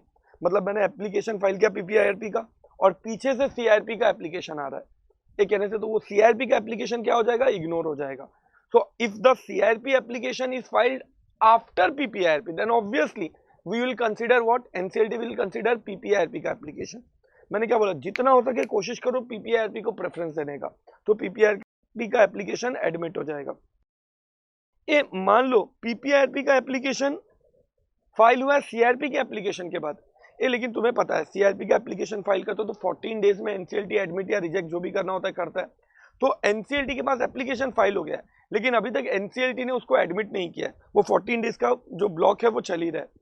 अब उतने में ही आया और पीपीआईआरपी का एप्लीकेशन फाइल हो गया, तो what will be the status of PPIRP का एप्लीकेशन का? तो बोलता है कि in that case also we will give preference to the PPIRP. एक मतलब कौन सा एप्लीकेशन चलता चला जाएगा, पीपीआईआरपी का एप्लीकेशन चलेगा। सो कहने से दो चीज हमने देख लिया, यहाँ पे पीपीआईआरपी का एप्लीकेशन ऑलरेडी फाइल हो गया है, सीआरपी का एप्लीकेशन जा रहा है, अटक जाएगा, नहीं फाइल हो सकता है। अच्छा, पीपीआईआरपी के एप्लीकेशन के पहले सीआरपी का एप्लीकेशन फाइल हुआ है लेकिन एडमिट नहीं हुआ है, उस केस में भी अटक जाएगा, सीआरपी का एप्लीकेशन नहीं जाएगा। कौन सा एप्लीकेशन जाएगा, पीपीआईआरपी। तीसरा सिचुएशन है जब सीआरपी का एप्लीकेशन फाइल हो गया और एडमिट भी हो चुका है और अब पीपीआईआरपी का एप्लीकेशन फाइल हो रहा है। अब कौन बोलता है ये ज्यादा हो गया, कैसे, अगर एक बार सीआरपी का एप्लीकेशन एडमिट हो गया उसके बाद फिर तुम पीपीआईआरपी का एप्लीकेशन फाइल करोगे, उससे कोई फर्क नहीं पड़ेगा, कैसे वो एप्लीकेशन वैलिड नहीं माना जाएगा। तो can I put it like this कि एक ऐसे सीआरपी का एप्लीकेशन एडमिट होने के बाद तो पीपीआईआरपी का एप्लीकेशन फाइल नहीं हो सकता, होगा तो भी एक्सेप्ट नहीं होगा, लेकिन उसके पहले कभी भी चाहे एप्लीकेशन सीआरपी का फाइल हुआ हो या नहीं हुआ हो, पीपीआईआरपी का एप्लीकेशन फाइल होता है तो that will be preferred. CRP का एप्लीकेशन नहीं हुआ है तो फाइल नहीं हो सकता है, हुआ है तो कैंसिल हो जाएगा। हाँ, सीआरपी का एडमिट हो गया फिर वो प्रेफर्ड होगा ओवर पीपीआईआरपी, फिर पीपीआईआरपी का फाइल नहीं कर सकता after acceptance of admission of application by NCLT of CRP. वो 14 डेज में एडमिट करता है ना। ये क्लियर हो गया। इसके बाद ये फोर्थ पॉइंट ट्रांजिशन है, पढ़ने की जरूरत नहीं है। और फिर ये जो तुम्हारा सिक्स्थ पॉइंट है ये चिंदू सा पॉइंट है। तुम्हें पता है ना, जैसे एनसीएलटी रिजोल्यूशन प्लान को रिजेक्ट करता है ये तो लिक्विडेशन में चला जाता है कंपनी, वैसे ही पीपीआईआरपी प्लान भी अगर फेल होगा तो कहीं से लिक्विडेशन में चला जाएगा कॉर्पोरेट डेटा। तो ये सेम लाइंस पे ये जब लिक्विडेशन में जाता है तो सीआरपी के टाइम पे आरपी बिकम लिक्विडेटर, वैसे ही अगर पीपीआईआरपी के टाइम पे अगर लिक्विडेशन में जाता है तो आरपी विल बिकम लिक्विडेटर। तो ये सब सिमिलर लाइंस पे थे। अब ये बेसिक बैकग्राउंड पूरा कंप्लीट हो गया। अब मैं चैप्टर 3A के अंदर जा रहा हूँ। अब तुमको थोड़ा कंफर्ट आएगा पढ़ने में। अभी तक क्या था, बैकग्राउंड पढ़ा रहा था तो थोड़ा सा डिफिकल्ट लग रहा था समझने में। अब मैं तुमको पढ़ाऊंगा ना तो अब एकदम फटाफट ग्रिप आएगा, जो भी ओवरव्यू दिया हूं उससे। तो लेट्स स्टार्ट। सबसे पहला आता है 54A। उसमें बोलते हैं corporate debtor eligible for pre packaged insolvency resolution process.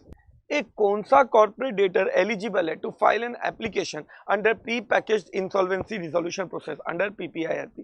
तो इसमें सबसे पहला इन्होंने बोला कि वो micro small and medium enterprise होना चाहिए। ये मतलब large scale industries, large scale companies यहाँ पे कवर्ड नहीं है। तो micro small and medium enterprise तीनों में से एक भी होगा तो एलिजिबल है, अदरवाइज अगर ये तीनों में से एक भी नहीं है तो फिर वो एलिजिबल नहीं है।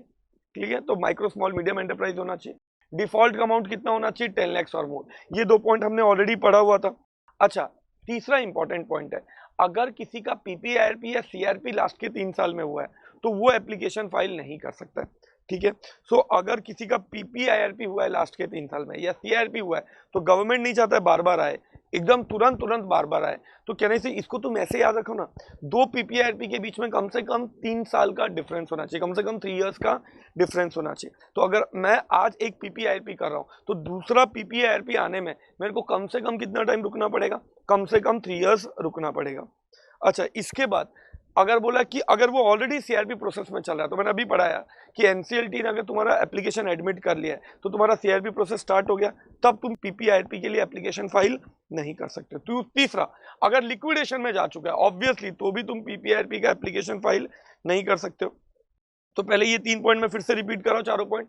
एक तो कौन सा कॉर्पोरेट डेटर एलिजिबल है to file application under PPIRP, तो सेक्शन 54A में दिया है। पहले तो बोला स्मॉल मीडियम माइक्रो एंटरप्राइज होना चाहिए, माइक्रो स्मॉल मीडियम एंटरप्राइज होना चाहिए, डिफॉल्ट का अमाउंट 10 लाख और मोर होना चाहिए, उसका पीपीआईआरपी होके लास्ट के 3 साल में नहीं होना चाहिए, मतलब 3 साल से ज्यादा का गैप होना चाहिए 2 पीपीआईआरपी के बीच में। फिर ऑलरेडी सीआरपी प्रोसेस अगर चल रहा है तो भी पीपीआईआरपी के लिए एप्लीकेशन नहीं कर सकते हो। अगर ऑलरेडी लिक्विडेशन में जा चुका है तो भी पीपीआईआरपी के लिए एप्लीकेशन नहीं कर सकते हो। फिर तो रिवाइवल नहीं कर सकते, ये भी तो रिवाइवल ही है। तो जब मर चुका है तो रिवाइवल किस बात का। अच्छा, ऐसा कोई पर्सन जो 29A को डिफॉल्ट कर रहा है वो भी पीपीआईआरपी के लिए एप्लीकेशन नहीं कर सकता। ये तुमने पढ़ा होगा, ये तुमने कहाँ पे पढ़ा होगा, मैं बोलता हूँ ये तुमने 29A में पढ़ा होगा। पता है ना, विलफुल डिफॉल्टर नहीं होना चाहिए, फिर इंसॉल्वेंट नहीं होना चाहिए, फिर एनपीए डिक्लेयर होके 1 साल नहीं होना चाहिए, फिर वो शेड्यूल 12 में जेल नहीं होना चाहिए 2 साल के लिए, फिर अदर ऑफेंस में 7 ईयर्स के लिए जेल नहीं होना चाहिए। वो पता है डिस्क्वालिफिकेशन था। तो बोला कि जो एप्लीकेशन कर रहा है ना कॉर्पोरेट डेटर, वो 29A में डिस्क्वालीफाई नहीं होना चाहिए, shall be eligible to submit resolution plan. क्योंकि कहने से यहाँ पे तो कॉर्पोरेट डेटर खुद ही सबसे पहला रिजोल्यूशन प्लान दे रहा है। तो जो व्यक्ति रिजोल्यूशन प्लान दे रहा है कहने से उसे भी तो 29A के कंडीशन फॉलो करना है, तो कॉर्पोरेट डेटर को भी यहाँ पे 29A के कंडीशन फॉलो करना है। फिर इसके बाद यहाँ पे रिजोल्यूशन प्रोफेशनल का नाम भी देना मैंडेटरी है साथ में। ये तो जब रिजोल्यूशन प्रोफेशनल का तुम नाम दोगे तो इन्होंने बोला कि ये नाम कौन देगा, तो कॉर्पोरेट डेटर नहीं देगा। कॉर्पोरेट डेटर तो एप्लीकेशन के टाइम पे देगा प्रोफेशनल का नाम, बट वो खुद से नहीं देगा, उसे वो नाम कौन रिकमेंड करेगा, फाइनेंशियल क्रिएटर।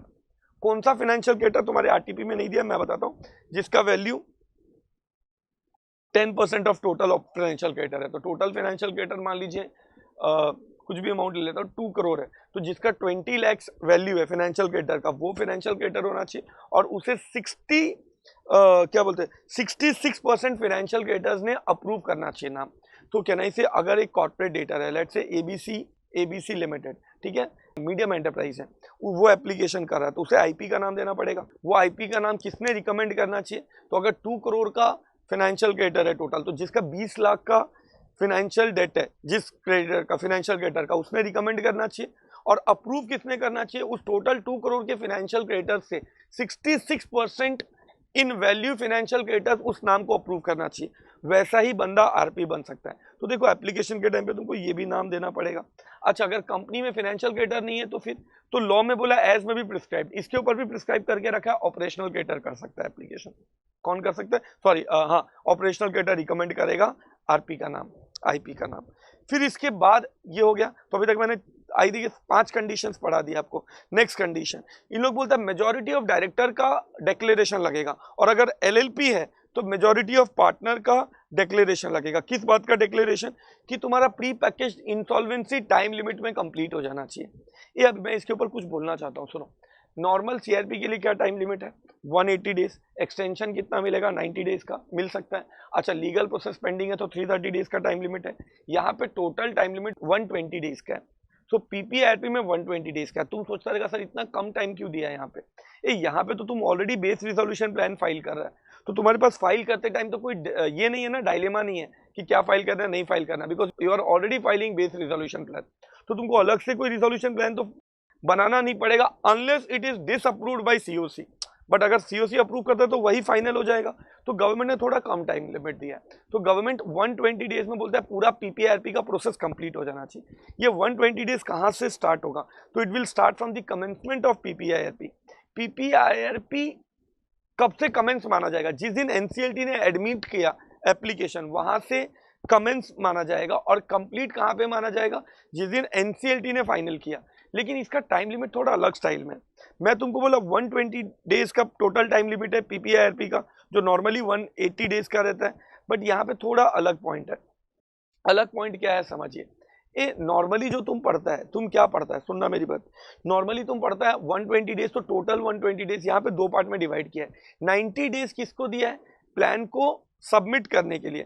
तो ये जो भी रिजोल्यूशन प्लान जो भी है सीओसी से अप्रूवल लेके ये जो एनसीएलटी को सबमिट किया जाता है, that submission has to be done within 90 days. वो 90 डेज में हो जाना चाहिए। और एनसीएलटी के पास 30 डेज का टाइम लिमिट दिया है, so that he can think and approve the resolution plan. तो ये 120 डेज को 2 पार्ट में तोड़ दो। पहला क्या है कि कितने टाइम में सीओसी अप्रूवल लेके रिजोल्यूशन प्लान को एनसीएलटी को सबमिट करेगा, तो उसके लिए 90 डेज दिया है। एंड 30 डेज एनसीएलटी को दिया है to give approval to that resolution plan. उसमें भी तो देखना पड़ेगा ना सारा लॉ कंप्लाई हुआ है कि नहीं, तो वो अप्रूवल देने के लिए 30 डेज का टाइम लिमिट दिया है। तो अगर एग्जाम में क्वेश्चन आता है कि टोटल पीपीआरपी में टाइम लिमिट क्या है, तो तुम बोल सकते हो 120 डेज। लेकिन अगर ये आता है ना कि इन्हें कितने दिन में काम खत्म कर देना है, किसे, सीओसी लोग को, कॉर्पोरेटर लोग को, तो उनको 90 डेज में प्लान को सबमिट कर देना है, उनके लिए 90 डेज ही है। तो ये 90 डेज में ये लोग कर पाएंगे, पूरा एप्लीकेशन वगैरह सब सबमिट कर पाएंगे, इस बात का इनको डिक्लेरेशन देना पड़ेगा। फिर इन लोग ये भी एक कमिटमेंट देंगे, डिक्लेरेशन देंगे मेजॉरिटी जो डायरेक्टर्स हैं, कि ये किसी को धोखा देने के लिए पीपीआरपी नहीं ला रहे, it is not to defraud any creditor. And जो नाम दे रहे हैं हम लोग आईपी का, ये तो आईपी के नाम के लिए बोला था 10% ऑफ फाइनेंशियल क्रेडिटर ने प्रपोज करना चाहिए और 66% फाइनेंशियल क्रेडिटर ने अप्रूव करना चाहिए। तो जिस आईपी का नाम हमने दिया वो अप्रूवल लेने के बाद दिया है, ये 3 डिक्लेरेशन दिया जाएगा। अच्छा, चौथा तो नॉर्मल भी होता है, सेक्शन 10 में कॉर्पोरेट एप्लीकेंट का यहाँ पे भी है कि कंपनी है तो एसआर पास करना पड़ेगा शेयर होल्डर का, और एलएलपी है तो 3/4 ऑफ पार्टनर का अप्रूवल लगेगा, वो यहाँ पे भी लगेगा। क्लियर हो गया ये। फिर इसके बाद इन्होंने क्या बोला कि एक कॉर्पोरेट डेटर को जब एप्लीकेशन फाइल करने जा रहा है पीपीआईआरपी के लिए, तो कॉर्पोरेट डेटर को 66%, मैंने क्या बोला, एफसीओसी का अप्रूवल नहीं लेना है। लेकिन एफसी का रोल ऐसा नहीं कि बिल्कुल नहीं रहेगा, कैसे 66% एफसी का अप्रूवल लेने के बाद वो एप्लीकेशन फाइल करेगा। तो पीपीआईआरपी के अंदर अगर एप्लीकेशन फाइल करना चाहता है तो कितने एफसी का अप्रूवल लेगा, 66% एफसी का अप्रूवल लेगा। बोला एफसी नहीं है तो जो भी प्रिस्क्राइब्ड होगा, क्या प्रिस्क्राइब करेंगे, उसी प्रिस्क्राइब करेंगे, ठीक है। अच्छा, अब मैंने क्या बोला, तो अगर एप्लीकेशन करने जा रहा है, कौन एप्लीकेशन करने जा रहा है, कॉर्पोरेट डेटर, तो किसका अप्रूवल लेगा, 66% एफसी का। तो एफसी का अप्रूवल जब लेने जा रहा है कॉर्पोरेट डेटर, प्रिसाइजली प्रमोटर लेने जाता है अप्रूवल, तो प्रमोटर का कुछ भी बेवकूफ बनाएगा क्या, नहीं।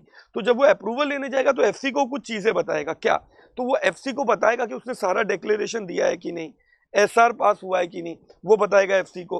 बेस रिजोल्यूशन प्लान का कुछ लीगल कंप्लायंस से आगे आने वाला है, तो उसका बेस रिजोल्यूशन प्लान उस कंप्लायंस के बेसिस पे बना है कि नहीं। पता चला बेस रिजोल्यूशन प्लान तुमने लीगल कंप्लायंस करके बनाया नहीं है, तो फिर तो ऑब्वियसली तुम्हारा प्लान रिजेक्ट हो जाएगा, और अदर इन्फॉर्मेशन। तो ये पार्ट को मैं एक बार और समझा रहा हूँ, सुनो।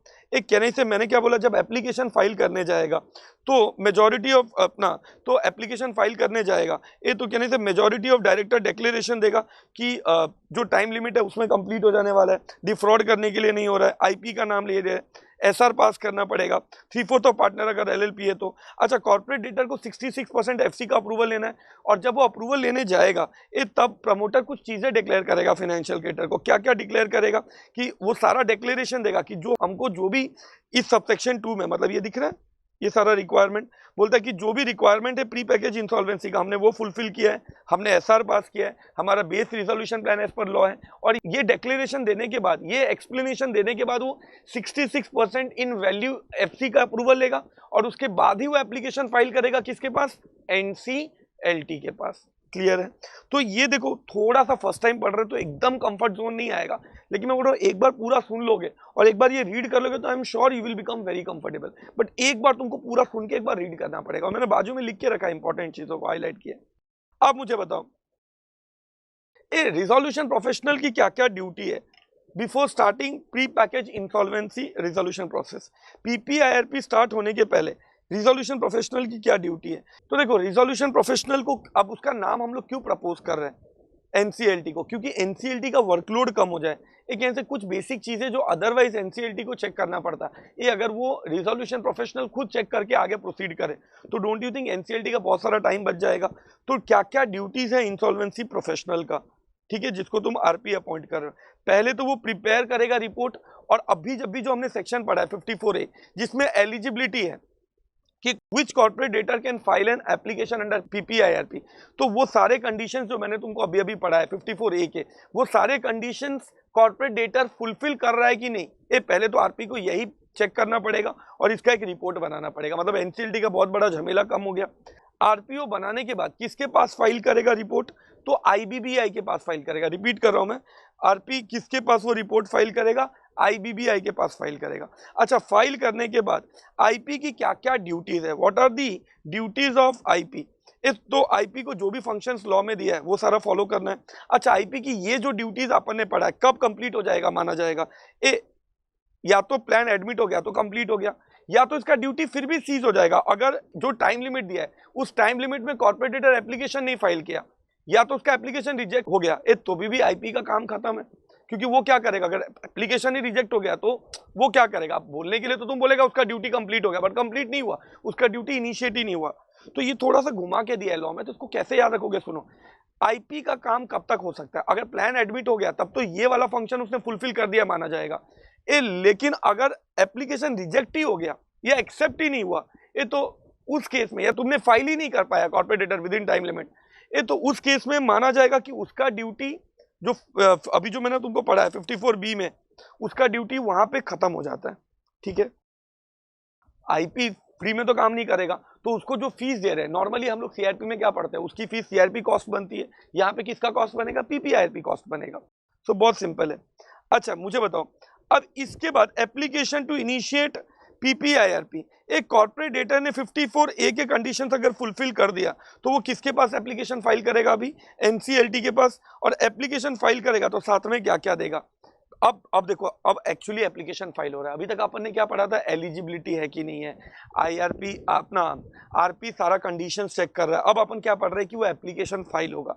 ये तो अगर वो एप्लीकेशन फाइल होगा तो वो एप्लीकेशन फाइल होगा तो साथ में क्या क्या दिया जाएगा, तो कॉर्पोरेट डेटा सबसे पहले तो एसआर पास करेगा, और एसआर पास करने के बाद क्या नहीं से डिक्लेरेशन देगा कि एसआर पास हो गया है, और साथ में नाम देगा आईपी का, और कंसेंट देगा that he is ready to act as RP. और ये सब नॉर्मल केस में भी दिया जाता है। तो एक तो डिक्लेरेशन देगा कि एसआर पास हुआ है, फिर दूसरा नेम देगा आईपी का, और रिटर्न कंसेंट देगा। अच्छा, तुमने पढ़ा होगा अवॉइडेंस ऑफ ट्रांजैक्शन होता है, preferential transaction, undervalue extortionate transaction. Preferential transaction मतलब जहां पे एक क्रेडिटर को दूसरे क्रेडिटर के ऊपर बेनिफिट दिया जाता है। फिर बोलते हैं एक्सटॉर्शनेट क्रेडिट ट्रांजैक्शन, मतलब जहां पे very high rate of interest पे लोन लिया जाता है। अंडर वैल्यू मतलब एकदम सस्ते में सामान बेचा जाता है। तो ऐसे ट्रांजैक्शंस नहीं हुए हैं, और हुए हैं तो उसका इन्फॉर्मेशन दे दिया है, इस बात का डिक्लेरेशन देना पड़ेगा। और बुक्स ऑफ अकाउंट्स का जो भी रेलेवेंट इन्फॉर्मेशन है वो सब दे देंगे। अब ये एप्लीकेशन फाइल कर दिया तुमने। अच्छा, ये एप्लीकेशन फाइल कर दिया, अब इसके बाद एनसीएलटी को कितने दिन में रिप्लाई करना है, 14 डेज में। ये तो अपन ने पढ़ा ही था, 14 डेज में या तो एक्सेप्ट करेगा या तो रिजेक्ट करेगा। अच्छा, अगर रिजेक्ट कर रहा है तो डिफेक्ट रेक्टिफाई करने के लिए कितना दिन दे सकता है, 7 डेज। अच्छा, इसके ऊपर मैं ज्यादा क्यों नहीं बोल रहा हूँ, तो नॉर्मल तुम आईबीसी पढ़ते हो उसमें भी यही टाइम लिमिट है, तो इसके ऊपर ज्यादा स्ट्रेस नहीं लेना है। ठीक है, अब अगर समझो एक्सेप्ट कर लिया तो माना जाएगा पीपीआईआरपी प्रोसेस कमेंस हो गया। मतलब एनसीएलटी ने जिस दिन एडमिट कर दिया तुम्हारा एप्लीकेशन, माना जाएगा पीपीआईआरपी कमेंस हो गया। इससे क्या फर्क पड़ने वाला है बताइए। इससे ये फर्क पड़ने वाला कि अगर पीपीआईआरपी कमेंस हो गया ये तो वहां से और कितना दिन बताओ, वहां से और 90 डेज में तुमको प्लान कंप्लीट करके दे देना है। एंड एनसीएलटी और 30 डेज लेके तुमको एक्सेप्ट या रिजेक्ट जो भी करना है कर देगा, क्योंकि टोटल वहां से जिस दिन एडमिट किया एनसीएलटी ने एप्लीकेशन, वहां से अगले 120 डेज में पूरा पीपीआईआरपी प्रोसेस कंप्लीट हो जाना चाहिए। अच्छा, मुझे बताओ, अगर समझो एनसीएलटी ने तुम्हारा रिजोल्यूशन प्लान को अप्रूव नहीं किया, फिर क्या होगा। तो अगर एनसीएलटी ने तुम्हारा रिजोल्यूशन प्लान को अप्रूव नहीं किया, ये तो रिजोल्यूशन प्रोफेशनल किसके लिए अप्लाई करेगा, टर्मिनेशन के लिए, या तो कुछ डिफॉल्ट कर दिया तो टर्मिनेशन के लिए, मतलब बेसिकली फिर लिक्विडेशन में चला जाएगा। तो ये जो टाइम लिमिट है 90 डेज, अगर उतने में तुम्हारा पीपीआईपी प्रोसेस कंप्लीट नहीं हो पाता है, प्लान तुम सबमिट नहीं कर पाता, तो आरपी जाएगा और बोलेगा प्लान तो अप्रूव नहीं किया सीओसी ने, आप लिक्विडेशन में भेज दो इसको। क्लियर है। फिर इसके बाद क्या नहीं, जैसे ही एप्लीकेशन एडमिट होगा क्या होता है, नॉर्मली जो होता है यहाँ पे भी होगा, एक मॉरेटोरियम डिक्लेयर होगा जो 120 डेज चलेगा मॉरेटोरियम। ठीक है, दूसरा क्या नहीं से आरपी अपॉइंट होगा, रिजोल्यूशन प्रोफेशनल पब्लिक अनाउंसमेंट करवाएगा। नॉर्मली वहां पे पब्लिक अनाउंसमेंट 3 डेज में होता है, यहाँ पे दिया नहीं है बट रूल्स में है 2 डेज में पब्लिक अनाउंसमेंट होगा। तो ये सारी चीजें सेम है। अच्छा, तुम आईपी का अगर तुमने नाम दिया, डिसिप्लिनरी प्रोसीडिंग पेंडिंग नहीं है, तब तो उसी बंदे को आरपी अपॉइंट कर लिया जाएगा। डिसिप्लिनरी प्रोसीडिंग है, पेंडिंग है, तो आईबीबीआई को इंटीमेट करेंगे और आईबीबीआई नाम देगा किसका, आईपी का, जो बंदा क्या बन जाएगा, आरपी बन जाएगा। क्लियर है। अगला तो ये मॉरेटोरियम कब तक चलने वाला है, वो 120 डेज, जब तक तुम्हारा पीपीआईपी प्रोसेस कंप्लीट नहीं हो जाता है। अब इसके बाद हम लोग पढ़ने वाले duties and powers of RP. मैंने इसके ऊपर भी तुमको बोला है, नॉर्मली तो सीओसी के हाथ में कंट्रोल चला जाता है, बट यहाँ पे सीओसी के हाथ में कंट्रोल नहीं जाएगा। यहाँ पे मेरे बच्चों कंट्रोल किसके हाथ में रहने वाला है, प्रमोटर के हाथ में। तो आरपी की क्या क्या ड्यूटीज है समझते हैं। आरपी एक तो लिस्ट ऑफ क्लेम्स बनाएगा जिसमें सारे क्रेडिटर्स का नाम डाल देगा, जो जो क्रेडिटर्स का नाम डालेगा उनको इन्फॉर्म भी कर देगा वैल्यू, ताकि कंपेयर हो जाए कि उनका वैल्यू जो उन्होंने बोला है और जो वैल्यू इसने रिकॉर्ड किया वो सेम है। और फिर अगर कुछ चेंजेस आ रहा है तो अपडेटेड लिस्ट बनाएगा। तो पहले 3 तो क्लेम से रिलेटेड है।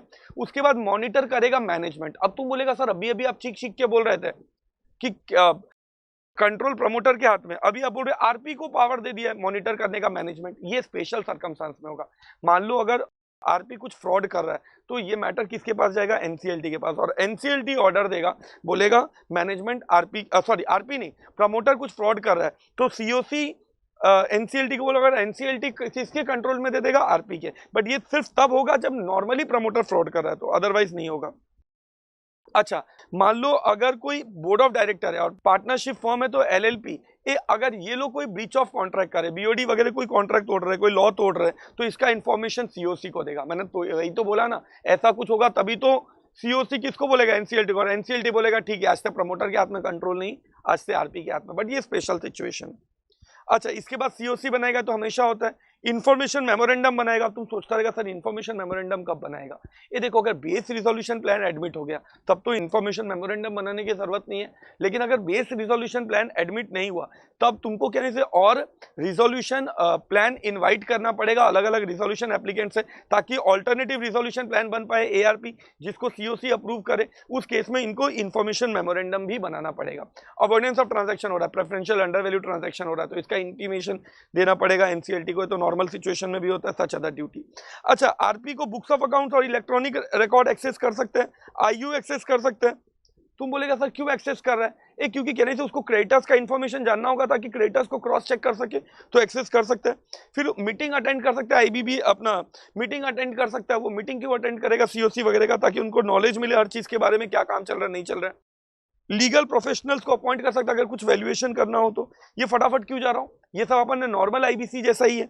अच्छा, कुछ अलग नहीं है। लास्ट के 2 साल का वो फाइनेंशियल जो भी पेमेंट्स हुआ है वो चेक कर सकते हैं, असेट्स लायबिलिटी चेक कर सकता है, बिजनेस ऑपरेशन चेक कर सकता है लास्ट के 2 साल का, and such other action as may be required. अब सुनो, बैंक फाइनेंशियल इंस्टीट्यूट जो बैंक होता है, मतलब जो करंट अकाउंट होगा वो तुम्हारा फाइनेंशियल इंस्टीट्यूट है, कंपनी के लिए तो वो असेट है। तो वो जो बैंकर होगा, जो फाइनेंशियल इंस्टीट्यूट होगा, उससे अगर कोई भी इंफॉर्मेशन आरपी को चाहिए तो फाइनेंशियल इंस्टीट्यूट को वो इंफॉर्मेशन आरपी को देना पड़ेगा। अब कहने से कंट्रोल क्योंकि प्रमोटर के हाथ में, डोंट यू थिंक बहुत सारा इंफॉर्मेशन आरपी को प्रमोटर से ही लेना पड़ेगा। तो promoter director shall cooperate them, जो भी इंफॉर्मेशन आरपी उनसे मांगेगा आरपी को वो सारे इंफॉर्मेशन उसने देना चाहिए। ये पॉइंट हम लोग ऑलरेडी पढ़ चुका। अगर कोई फीस आरपी का, अगर क्या फीस तो लेगा ही, वो फीस किसका पार्ट बनेगा, पीपीआईआरपी का। सीआरपी के टाइम पे किसका पार्ट होता है, सीआरपी, जो टॉप प्रायोरिटी में मिलता है। यहाँ पे भी सेम होगा, पीपीआईआरपी जो टॉप प्रायोरिटी में मिलेगा। नेक्स्ट सेक्शन पे जा रहा हूँ, सेक्शन 54G क्या बोलता है, list of claim and preliminary information memorandum. अब देखो, कॉर्पोरेट डेटर है ना, विद इन 2 डेज जैसे ही pre package insolvency commencement date, मतलब पीपीआईआरपी जैसे ही स्टार्ट होगा उसके 2 दिन में सबमिट करेगा आरपी को, क्या, लिस्ट ऑफ क्लेम सबमिट करेगा एक तो, दूसरा प्रिलिमिनरी इंफॉर्मेशन मेमोरेंडम सबमिट करेगा, ठीक है, जिसमें सारे इंफॉर्मेशन वगैरह होंगे। ये लिस्ट ऑफ क्लेम में सारे क्रेडिटर्स का इंफॉर्मेशन होगा, लेकिन ऐसा हो सकता है ना कि कुछ क्रेडिटर्स का इंफॉर्मेशन ना हो। अब मुझे बताओ, अगर कुछ क्रेडिटर्स का इंफॉर्मेशन नहीं हुआ तो there is a fair chances कि उनको पैसा ही नहीं मिलेगा। तो इसी पे इन्होंने पॉइंट बोला है। अब मैं बता रहा हूँ, सुनना। तो मैंने क्या बोला, कॉर्पोरेट डेटर आया, कॉर्पोरेट डेटर आने के बाद within 2 days from the commencement of PPIRP, कहने से वो क्या दे देगा, list of claim and preliminary information memorandum दे देगा, किसको, रिजोल्यूशन प्रोफेशनल को। अच्छा, उसके बाद अब मान लो उसमें अगर उसने लिस्ट ऑफ क्लेम में कुछ क्रेडिटर्स का इंफॉर्मेशन नहीं डाला तो क्या होगा। तो उन्होंने बोला अगर कुछ क्रेडिटर्स का इंफॉर्मेशन नहीं डाला उसकी वजह से obviously there will be loss. किसको लॉस सस्टेन हो सकता है, उस ओमिशन की वजह से loss can be sustain to किसी प्रमोटर, मतलब किसी क्रेडिटर्स को लॉस सस्टेन होगा जिसका तुमने नाम नहीं डाला। तो इन लोग ने बोला उसके लिए जो प्रमोटर्स होंगे, जो या जो ऑफिसर्स जो उसमें इंफॉर्मेशन मेमोरेंडम में वो डिटेल्स, लिस्ट ऑफ क्लेम में वो डिटेल्स डालने के लिए रिस्पॉन्सिबल होंगे, उनके अगेंस्ट क्रेडिटर मूव कर सकता है। तो इस पॉइंट को कंसोलिडेट किया कि कहने से कॉर्पोरेट डेटर ने पीपीआईआरपी स्टार्ट होने के 2 दिन में लिस्ट ऑफ क्लेम दिया, प्रिलिमिनरी इंफॉर्मेशन मेमोरेंडम दिया, किसको दिया इन लोगों ने, रिजोल्यूशन प्रोफेशनल को। और उसमें अगर उन्होंने कुछ क्रेडिटर्स का डिटेल्स नहीं डाला, उसकी वजह से अगर उनका लॉस हो रहा है, तो उस केस में वो लोग उन प्रमोटर डायरेक्टर्स के ऊपर जिन्होंने नाम नहीं डाला है एंड वो ऑफिसर्स जो उसको फ्रेम करने के लिए रिस्पॉन्सिबल थे, उनके अगेंस्ट वो लोग क्लेम कर सकता है, कोर्ट में जा सकता है डैमेज क्लेम करने के लिए। एंड उन ऑफिसर्स को जो इसके लिए रिस्पॉन्सिबल थे, डायरेक्टर, पार्टनर्स, एलएलपी है, तो they will be liable to compensate that person जिसको लॉस हो रहा है due to this omission. Simple point है। अगला पॉइंट इन लोग क्या बोलते हैं कि management of the affairs of the corporate debtor. मुझे बताओ, यही तो एक मेन पॉइंट है कि नॉर्मली जब सीआरपी होता है तो सीआरपी में कंट्रोल किसके हाथ में होता है मेरे बच्चों, सीआरपी में कंट्रोल सीओसी के हाथ में होता है। यहाँ पे मैनेजमेंट प्रमोटर के हाथ में ही होता है। लेकिन अब एक इंपॉर्टेंट बात बता रहा हूँ, प्रमोटर के हाथ में होता है, मतलब बोर्ड ऑफ डायरेक्टर्स के हाथ में होता है, एंड उनको सारे स्टैट्यूटरी राइट्स सब डिस्चार्ज करना है। तो ये एक पॉइंट हो गया। तो control is only with promoter, board of director. अब अपन नेक्स्ट पॉइंट पे जाते हैं, कमिटी ऑफ क्रेडिटर। एक कमिटी ऑफ क्रेडिटर्स में कौन रहेगा, तो बोला कमिटी ऑफ क्रेडिटर्स में एक कैसे फाइनेंशियल क्रेडिटर्स रहेंगे, लेकिन अगर कंपनी में फाइनेंशियल क्रेडिटर्स नहीं है तो कंपनी में कौन रहेगा। तो बोला इस केस में, यहाँ तो बोला इसमें भी प्रिस्क्राइब, बट इस केस में इन लोग ने बोला है कि 1 representative of workman 1 representative of employee और 10 लार्जेस्ट ऑपरेशनल कैटर। अच्छा, यहाँ पे तुम लोग ने एक चीज सुना होगा कि इसके केस में, किसके केस में, जो अपना सीओसी के केस में 18 लार्जेस्ट ऑपरेशनल कैटर था, 1 representative of workman 1 representative of employee, यहाँ पे 10 लार्जेस्ट ऑपरेशनल कैटर होगा। खैर वो रूल्स तुम्हारे आरटीपी में नहीं दिया, मैंने नॉलेज के लिए शेयर कर लिया। तो सीओसी में ये लोग रहेंगे। सीओसी का फर्स्ट मीटिंग कितने टाइम में होगा, तो सीआरपी के केस में 7 डेज में होता from the date of formation, यहाँ पे भी 7 डेज में होगा सीओसी का मीटिंग, ठीक है, मतलब from the date of constitution, और यहाँ पे भी कितने दिन में होगा, 7 डेज में होगा from the date of constitution. फिर इसके बाद नेक्स्ट पॉइंट हम लोग ने क्या पढ़ा, सुनो अब थोड़ा इंपॉर्टेंट बात, मुझे बताओ कंट्रोल किसके हाथ में है यहाँ पे। तो इन्होंने बोला control will be with board of directors, ठीक है, मतलब प्रमोटर्स के हाथ में ही कंट्रोल होगा यहाँ पे। लेकिन मान लो 3 सिचुएशन मैं बता रहा हूँ, अगर प्रमोटर्स या board of director fraudulent purpose के लिए बिजनेस चला रहे हैं, या तो ग्रॉस मिसमैनेजमेंट में वो लोग एंगेज्ड हैं, या तो वो लोग अपना काम ठीक से नहीं कर रहे, उस केस में कैसे 66% सीओसी किसको अप्लाई करेगा, आरपी को। अच्छा ये 54J अच्छे से याद रखना, किसको अप्लाई करेगा, आरपी को। आरपी क्या करेगा, एनसीएलटी को बोलेगा, और एनसीएलटी को लग रहा है कि ये लोग या तो फ्रॉडुलेंट मैनर में काम कर रहे हैं या तो ग्रॉस मिसमैनेजमेंट कर रहे हैं, तो उस केस में उनको निकाल के ये कंट्रोल किसके हाथ में चला जाएगा, आरपी के हाथ में चला जाएगा। क्लियर है, ये 3 वाला नॉट इंपॉर्टेंट है, इग्नोर करो। क्लियर है, ये आगे जाते हैं, ठीक है। तो ये पॉइंट समझ गया अच्छे से, ये नॉर्मली किसके हाथ में रहता है, प्रमोटर के हाथ में ही रहेगा। लेकिन अगर उन लोग ग्रॉस मिसमैनेजमेंट या फ्रॉड करे तो 66% सीओसी आरपी को बोलेगा, आरपी एनसीएलटी को, और एनसीएलटी फिर उनको हटा के कंट्रोल आरपी के हाथ में दे देगा। इसके बाद अब एक बहुत इंपॉर्टेंट चीज सुनो, ये थोड़ा इंपॉर्टेंट सेक्शन है, सुनना। ए मुझे बताओ, अब ना ऐसा हो सकता है ना कि जो बेस रिजोल्यूशन प्लान दिया था उसी को अप्रूव कर दे सीओसी, ठीक है। बेस रिजोल्यूशन प्लान कौन देता है, ऑपरेशनल कैटर। तो ऑपरेशनल कैटर ने जो बेस रिजोल्यूशन प्लान दिया है उसी को अप्रूव कर दे सीओसी। इस केस में क्या होगा, सुनना अच्छे से। ए तो इस केस में कॉर्पोरेट डेटर जैसे ही फॉर्म होगा, इधर देखो लिखा हुआ है, कॉर्पोरेट डेटर जैसे ही फॉर्म होगा वहां से विदिन 2 डेज वो क्या करेगा, जैसे ही पीपीआरपी स्टार्ट होगा, पीपीआरपी के कमेंसमेंट डेट से corporate debtor within 2 days RP को क्या देगा, बेस रिजोल्यूशन प्लान। तो पीपीआरपी स्टार्ट हुआ, वहां से 2 डेज में वो बेस रिजोल्यूशन प्लान देगा, किसको देगा, आरपी को। और आरपी क्या करेगा, ये सीओसी को प्रेजेंट करेगा, ठीक है। सीओसी जब फॉर्म हो जाएगा, फॉर्म होने के बाद जब उसका मीटिंग होगा तब उसको प्रेजेंट करेगा ये बेस रिजोल्यूशन प्लान। अब मुझे बताओ, अब इसमें आरपी क्या डायरेक्टली सीओसी को प्रेजेंट कर देगा, तो आंसर इज नो। आरपी क्या चेक करेगा कि बेस रिजोल्यूशन प्लान में जो भी लीगल कंप्लाइंसेस होने चाहिए वो सारे फुलफिल हो रहे हैं कि नहीं, उसके बाद वो सीओसी को देगा। अगर सीओसी को लगता है कि ये बेस रिजोल्यूशन प्लान बहुत अच्छा है, it does not impair the operational creditor, a impair का मतलब यहाँ पे कि ऐसा प्लान नहीं है which is damaging to the operational creditor, तो एफसी को तो डैमेज करने का उसके अंदर वैसे भी ताकत नहीं है, लेकिन ओसी को भी डैमेज नहीं कर रहा है वो चेक करेगा। और अगर वो ओसी को डैमेज नहीं कर रहा है तो उस केस में वो क्या करेगा, बेस रिजोल्यूशन प्लान को अप्रूव कर देगा। तो ये तो एकदम सिंपल स्टेप हुआ। जो कॉम्प्लिकेटेड स्टेप है मैं वो तुम्हें बताने जा रहा हूँ, बट सिंपल स्टेप समझो। एक कहने से बेस रिजोल्यूशन प्लान जैसे ही पीपीआरपी स्टार्ट होगा, कमेंस होगा, वहां से 2 दिन में वो आरपी को दे देगा, आरपी सीओसी को प्रेजेंट करेगा, आरपी को दे देगा, आरपी सीओसी को प्रेजेंट करने के पहले चेक करेगा लीगल कंप्लायंस हो रहा है कि नहीं, और उसके बाद वो किसको दे देगा, सीओसी को दे देगा, और सीओसी सारा वेरीफाई करके अप्रूवल दे सकता है। तो अप्रूवल अगर कब देगा, वो चेक करेगा कि ऐसा प्लान तो नहीं है जिसमें ऑपरेशनल कैटर का बहुत सारा पैसा काट दिया, उसका बहुत ज्यादा नुकसान हो रहा है, तो वो चीज है, तो वो कंसीडर करेगा। अगर ऐसा कुछ नहीं है, मतलब बीआरपी बहुत अच्छा है, बेस रिजोल्यूशन प्लान बहुत अच्छा है, तब तो उसी को ही अप्रूव कर देगा। लेकिन अगर उसे लग रहा है सीओसी को कि base resolution plan is not good, ठीक है, उस केस में वो ऐसा भी हो सकता है कि बेस रिजोल्यूशन प्लान को अप्रूव ना करे। अब उन्हें ऑल्टरनेटिव रिजोल्यूशन प्लान की जरूरत है, तो ऑल्टरनेटिव रिजोल्यूशन प्लान किससे इनवाइट किया जाएगा, रिजोल्यूशन एप्लीकेंट से इनवाइट किया जाएगा। और ये रिजोल्यूशन एप्लीकेंट से जो ये और इसको अपन क्या बुलाएंगे, ऑल्टरनेटिव रिजोल्यूशन प्लान, एआरपी। तो ये ऑल्टरनेटिव रिजोल्यूशन प्लान कौन इनवाइट करेगा, आरपी, और उसके लिए जो भी इंफॉर्मेशन रिक्वायर्ड है आरपी किसको दे देगा, रिजोल्यूशन एप्लीकेंट को। क्लियर है। तो अब ये सिचुएशन 2 में तुमको पढ़ाने जा रहा हूं कि उस केस में सीओसी और आरपी ये क्राइटेरिया बनाएगा और कि किस तरीके से हम रिजोल्यूशन प्लान को इवेल्युएट करेंगे और जितने भी रिजोल्यूशन प्लान आए हैं उन सारे रिजोल्यूशन प्लान जो रिजोल्यूशन एप्लीकेंट ने दिया आफ्टर इनविटेशन, उसके लिए क्राइटेरिया बनाएगा कि कौन से बेसिस पे उसको इवेल्युएट करने वाला है और अकॉर्डिंगली उसको अप्रूव करेगा। अच्छा, अप्रूव करने के लिए कितना परसेंट वोटिंग चाहिए? 66%। अच्छा, जब सारे ऑल्टरनेटिव रिजोल्यूशन प्लान आ जाता है ना, तो वापस से उसे बेस रिजोल्यूशन प्लान के बीच में कंपेयर किया जाएगा। क्यों? हो सकता है alternative resolution plan base resolution plan से भी घटिया है, तो सीओसी बोलेगा पहले ही अच्छा था यार, तो इससे अच्छा हम लोग वापस बेस रिजोल्यूशन प्लान पे ही जाते हैं, तो उसको भी अप्रूव कर सकता है। नहीं, उसे लग रहा है कि ऑल्टरनेटिव रिजोल्यूशन प्लान में 3-4 रिजोल्यूशन एप्लीकेंट ने दिया है, उसमें से एक रिजोल्यूशन एप्लीकेंट का बहुत अच्छा है, तो 66% से उसे अप्रूवल दे दिया जाएगा।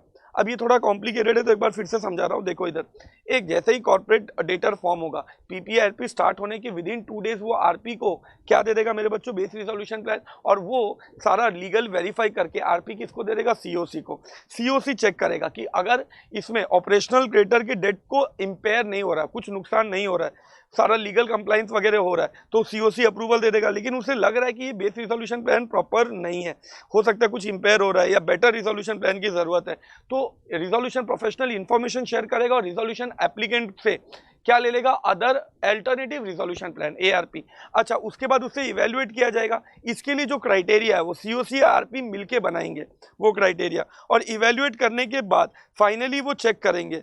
चेक क्या करेंगे कि बेस रिजोल्यूशन प्लान और ये जो अल्टरनेटिव रिजोल्यूशन प्लान है उसमें कौन सा ज़्यादा अच्छा है, तो जो भी अच्छा है उसको अप्रूव कर दिया जाएगा। अप्रूवल करने के लिए 66% इन वैल्यू का अप्रूवल लगेगा, तो दिस इज ऑल्सो पॉसिबल कि ऑल्टरनेटिव रिजोल्यूशन प्लान को अप्रूवल दे दिया जाएगा। अच्छा, जिस भी प्लान को तुम अप्रूवल दोगे दैट इज फेयर इनफ, उसमें एक चीज का हमेशा कंसिडरेशन देखोगे कि जो भी प्लान का अप्रूवल दे रहे हो, अगर उसमें तुम डिस्ट्रीब्यूशन ऑफ असेट्स रख रहे हो तो सेक्शन 53 को डैमेज नहीं होना चाहिए। तुमने सेक्शन 53 पढ़ा होगा, डिस्ट्रीब्यूशन ऑफ असेट्स, अपन ने पढ़ा था लिक्विडेशन के टाइम पे। तो वो जो लिक्विडेशन के टाइम पे जो डिस्ट्रीब्यूशन का प्रायोरिटी लिस्ट था, ठीक है, सबसे पहले सीआरपी कॉस्ट, फिर उसके नीचे 24 मंथ्स का workman dues and secured creditor, फिर उसके नीचे अनसिक्योर्ड क्या बोलते हैं एम्प्लॉय ड्यूज ऑफ 12 मंथ्स, उसके नीचे अनसिक्योर्ड फाइनेंशियल क्रेडिटर, वो जो लिस्ट था वो लिस्ट को डैमेज नहीं होना चाहिए फॉर डिस्ट्रीब्यूशन ऑफ एसेट्स। 14 वाला थोड़ा कॉम्प्लिकेटेड लाइन है, तो उसको मैंने सिंपल करके तुमको बता दिया है, सुनो अच्छे से। ऐसा हो सकता है ना कि ऑपरेशनल क्रेडिटर, फाइनेंशियल क्रेडिटर्स के राइट को रिड्यूस किया जा रहा है, तो अब ऑब्वियसली मुझे बताओ, अगर तुम क्रेडिटर्स के राइट्स को रिड्यूस करोगे और प्रमोटर्स अपने राइट्स को रिड्यूस नहीं करेगा, अपने शेयर होल्डिंग को डाइल्यूट नहीं करेगा, तो क्रेडिटर्स का तो दिमाग खराब होगा, बोलेगा तू घर का है और तू लॉस बेयर करने को रेडी नहीं है और तू एक्सपेक्ट कर रहा है कि हम लॉस बेयर करें, ऐसे कैसे चलेगा। तो फिर इस केस में क्रेडिटर्स अप्लाई कर सकते हैं और बोल सकते हैं कि प्रमोटर्स को भी अपनी शेयर होल्डिंग को डाइल्यूट करना पड़ेगा। इन अ सिंपल लैंग्वेज ऐसे बोलूं कि अगर मेरा नुकसान हुआ है तो मैं तेरा भी कराऊंगा, तो क्रेडिटर्स बोलेगा देख, अगर तूने मेरे राइट्स को इंपेयर किया है, मेरे राइट्स को रिड्यूस किया है, मेरा जो भी क्लेम है उसको रिड्यूस किया है, तो तेरे शेयर होल्डिंग को भी डाइल्यूट करेंगे हम लोग, उसको भी कम करवाएंगे, ताकि हम लॉस बेयर करें तो तू भी थोड़ा लॉस बेयर करेगा। अच्छा, इसके बाद ये आरपी रिजोल्यूशन प्लान किसको दे देगा? एनसीएलटी को सारा अप्रूवल आने के बाद, चाहे बीआरपी हो चाहे एआरपी हो, जो भी फाइनल 66% इन वैल्यू से अप्रूवल होगा उसको एनसीएलटी को दे दिया जाएगा। मैंने तुमको बताया था टोटल 120 डेज में खत्म होना चाहिए, लेकिन तुम्हें तो 90 डेज में सबमिट करना है, और एनसीएलटी को मिलने के बाद एनसीएलटी या तो 30 डेज में प्लान को अप्रूव कर देगा या तो 30 डेज में प्लान को रिजेक्ट कर देगा। अच्छा, मैं लाइन बाय लाइन रीड नहीं कर रहा हूँ, तो मैंने लेफ्ट साइड में सिंपल लैंग्वेज में सारा लिख के रखा है, तो तुम भी टाइम वेस्ट मत करना, उसको रीड करोगे तो उसमें सारा क्रक्स कवर्ड है। अच्छा, मुझे बताओ, अगर सारा रिजोल्यूशन प्लान वगैरह बना है, अब अपन ने पढ़ा था कि ऊपर अपन ने पढ़ा था कि प्रमोटर लोग अगर कहने से कुछ डिफ्रॉड किए, सीओसी का ओपिनियन है कि प्रमोटर लोगों ने कुछ डिफ्रॉड किया है मैनेजमेंट में, तो कहने से तुम जो भी रिजोल्यूशन प्लान बनाओगे उसमें कहने से उस प्रमोटर को तुम नए में नहीं रखेगा। अब सिचुएशन देखो क्या हुआ, ये प्रमोटर ने डिफॉल्ट किया था, लेकिन जो रिजोल्यूशन प्लान बना ना उसमें ओल्ड मैनेजमेंट का बंदा न्यू मैनेजमेंट में भी है, और वो बंदा जो उस फ्रॉड के लिए रिस्पॉन्सिबल था, उस केस में सीओसी का दिमाग खराब हो जाएगा। सीओसी बोलेगा ये रिवाइवल होने वाला कंपनी नहीं है। तो अपन ने ऊपर पढ़ा था कि अगर कोई रिजोल्यूशन प्लान है जिसमें फ्रॉड हुआ है, समझ लो कोई रिजोल्यूशन प्लान है जिसमें फ्रॉड हुआ है, तो उस केस में अगर कोई कंपनी में फ्रॉड वगैरह हो रहा है तो ओल्ड मैनेजमेंट नए मैनेजमेंट में नहीं बन सकता है। अगर ओल्ड मैनेजमेंट न्यू मैनेजमेंट में भी है रिजोल्यूशन प्लान के हिसाब से, उस केस में सीओसी एनसीएलटी के पास जाएगा और एनसीएलटी लिक्विडेशन ऑर्डर करेगा, बोलेगा रिजोल्यूशन प्लान को टर्मिनेट करो, लिक्विडेट करो, क्योंकि जो नया मैनेजमेंट में बंदा बैठा है वो खुद फ्रॉड है। अपन ने ये चीज अभी एक जो मैं पढ़ाने जा रहा हूँ आईबीसी में भी पढ़ा हुआ है कि मान लो एनसीएलटी ने रिजोल्यूशन प्लान को एडमिट कर दिया बट उसमें बहुत सारे लॉस का वायलेशन हुआ है तो अपील कर सकते हो। यस, यहाँ पे भी अपील कर सकते हो, किसके पास? निकलेट के पास। तो अगर तुम प्लान से खुश नहीं है तो you can always file an appeal to NCLAT, NCLAT, National Company Law Appellate Tribunal. अच्छा, कौन से ग्राउंड पे pre package insolvency process terminate हो जाएगा, कैंसिल हो जाएगा? बताओ। ए तो टर्मिनेट हो जाएगा मतलब ऑब्वियसली लिक्विडेशन में चला जाएगा। नंबर 1, अगर सीओसी ने रिजेक्ट कर दिया रिजोल्यूशन प्लान तभी टर्मिनेट हो जाएगा पीपीआईआरपी प्रोसेस। या तो प्लान के लिए जो 90 डेज का टाइम लिमिट था तुमने उसमें सबमिट ही नहीं किया, या तो इस सीओसी ने विद इन टाइम लिमिट कहने से विद 66% इन वैल्यू बोला हमें पीपीआईआरपी प्रोसेस को टर्मिनेट करना है। ये मतलब ये ग्राउंड कहीं ना कहीं सिमिलर है जो अपन ने नॉर्मल भी पढ़ रखा है। With in time limit plan को या तो प्लान को रिजेक्ट कर दिया सीओसी ने, या तो within time limit submit ही नहीं किया, या तो 66% इन वैल्यू से विद इन टाइम लिमिट तुम जा रहे हो और अप्लाई कर रहे हो फॉर लिक्विडेशन, या तो प्रमोटर ने कुछ डिफ्रॉड करके रखा है, फ्रॉड करके रखा है, ये तो उस केस में भी टर्मिनेट कर दिया जाएगा। तो ये 4 ग्राउंड है, इसको रीड मत करो, लेफ्ट साइड में जो मैंने लिख के रखा है उसी से पढ़ लेना। तो दीज आर दी 4 ग्राउंड जब टर्मिनेट कर दिया जाएगा पीपीआईआरपी प्रोसेस को। फिर इसके बाद एक कब सीआरपी में जा सकता है, पीपीआईआरपी से सीआरपी में कब जा सकता है? ये विद इन टाइम लिमिट अगर 66% सीओसी को लग रहा है कि पीपीआईआरपी इसके लिए प्रॉपर नहीं है तो वो एनसीएलटी को अप्लाई कर सकता है, और एनसीएलटी को अगर लगता है कि नहीं ये पीपीआईआरपी में नहीं ये सीआरपी में जाने लायक है तो सीआरपी में भी इसको भेज सकते हैं। फिर इसके बाद इन्होंने बोला कि अब ऑलरेडी पीपीआईआरपी में बहुत सारा खर्चा हुआ है उसका क्या, तो बोला इन लोगों ने कि वो सीआरपी का कॉस्ट माना जाएगा। अच्छा, अब यहाँ पे तो ऑब्वियसली ये बोल रहा है मतलब सीओसी बोल रहा है, और सीओसी में फाइनेंशियल क्रेडिटर बैठते हैं, और फाइनेंशियल क्रेडिटर के लिए सीआरपी में सेक्शन 7 माना जाता है, तो वहाँ पे माना जाएगा कि सेक्शन 7 का एप्लीकेशन है। और अगर अवॉइडेंस ऑफ ट्रांजैक्शंस हुआ है मतलब प्रेफरेंशियल अंडर वैल्यू एक्सटॉर्शन है तो वो भी अप्लाई करना पड़ेगा, उसका जो भी प्रोविजन है वो सीआरपी में सेम एप्लीकेबल होगा। तो इस पॉइंट को फिर से पढ़ा रहा हूँ, इनिशिएशन ऑफ सीआरपी प्रोसेस। अगर पीपीआईआरपी के दौरान 66% सीओसी को लग रहा है कि ये पीपीआईआरपी के लिए प्रॉपर नहीं है, 66% सीओसी को लग रहा है, तो एप्लीकेशन कर सकता है एनसीएलटी को, एनसीएलटी ऑर्डर कर सकता है कि ये सीआरपी में जाएगा, तो पीपीआईआरपी में जो ऑलरेडी खर्चा हो गया है वो खर्चा सीआरपी का कॉस्ट बन जाएगा, and it will be deemed, CRP में चला गया तो माना जाएगा सेक्शन 7 का एप्लीकेशन है, और उसमें भी जो अवॉइडेंस ऑफ ट्रांजैक्शन का जो भी प्रोविजन है वो सीआरपी में भी सेम अप्लाई होगा। तो अगर कोई ट्रांजैक्शन हुआ है तो तुम्हें वो बताना पड़ेगा।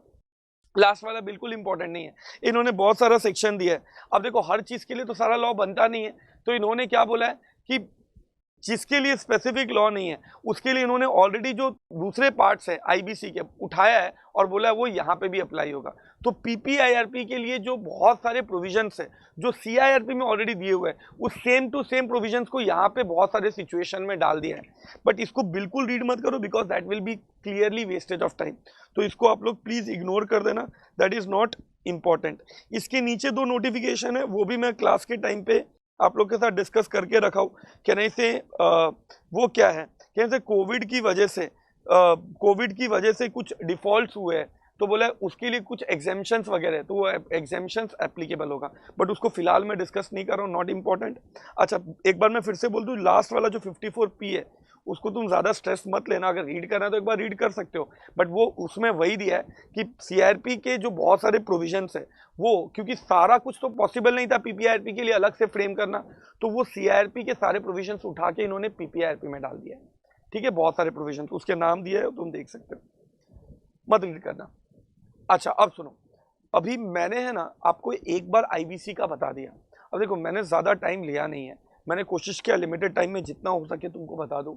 ये प्रोविजंस ऐसे हैं ना कि तुम वन शॉट में पढ़ोगे तो पूरा तो नहीं जमेगा दिमाग में, तो जब तुम पूरा वीडियो देख लिया ना एक बार शांति से जाके अब खुद से पूरा जो ये शीट मैं डाला हूँ इसको डाउनलोड करके एक बार रीड कर लो, फिर पूरा तुम्हारे दिमाग में छप जाएगा। So I hope the video is helpful to you, और कुछ भी और हेल्प हो तो please reach us. Thank you very much, God bless you all.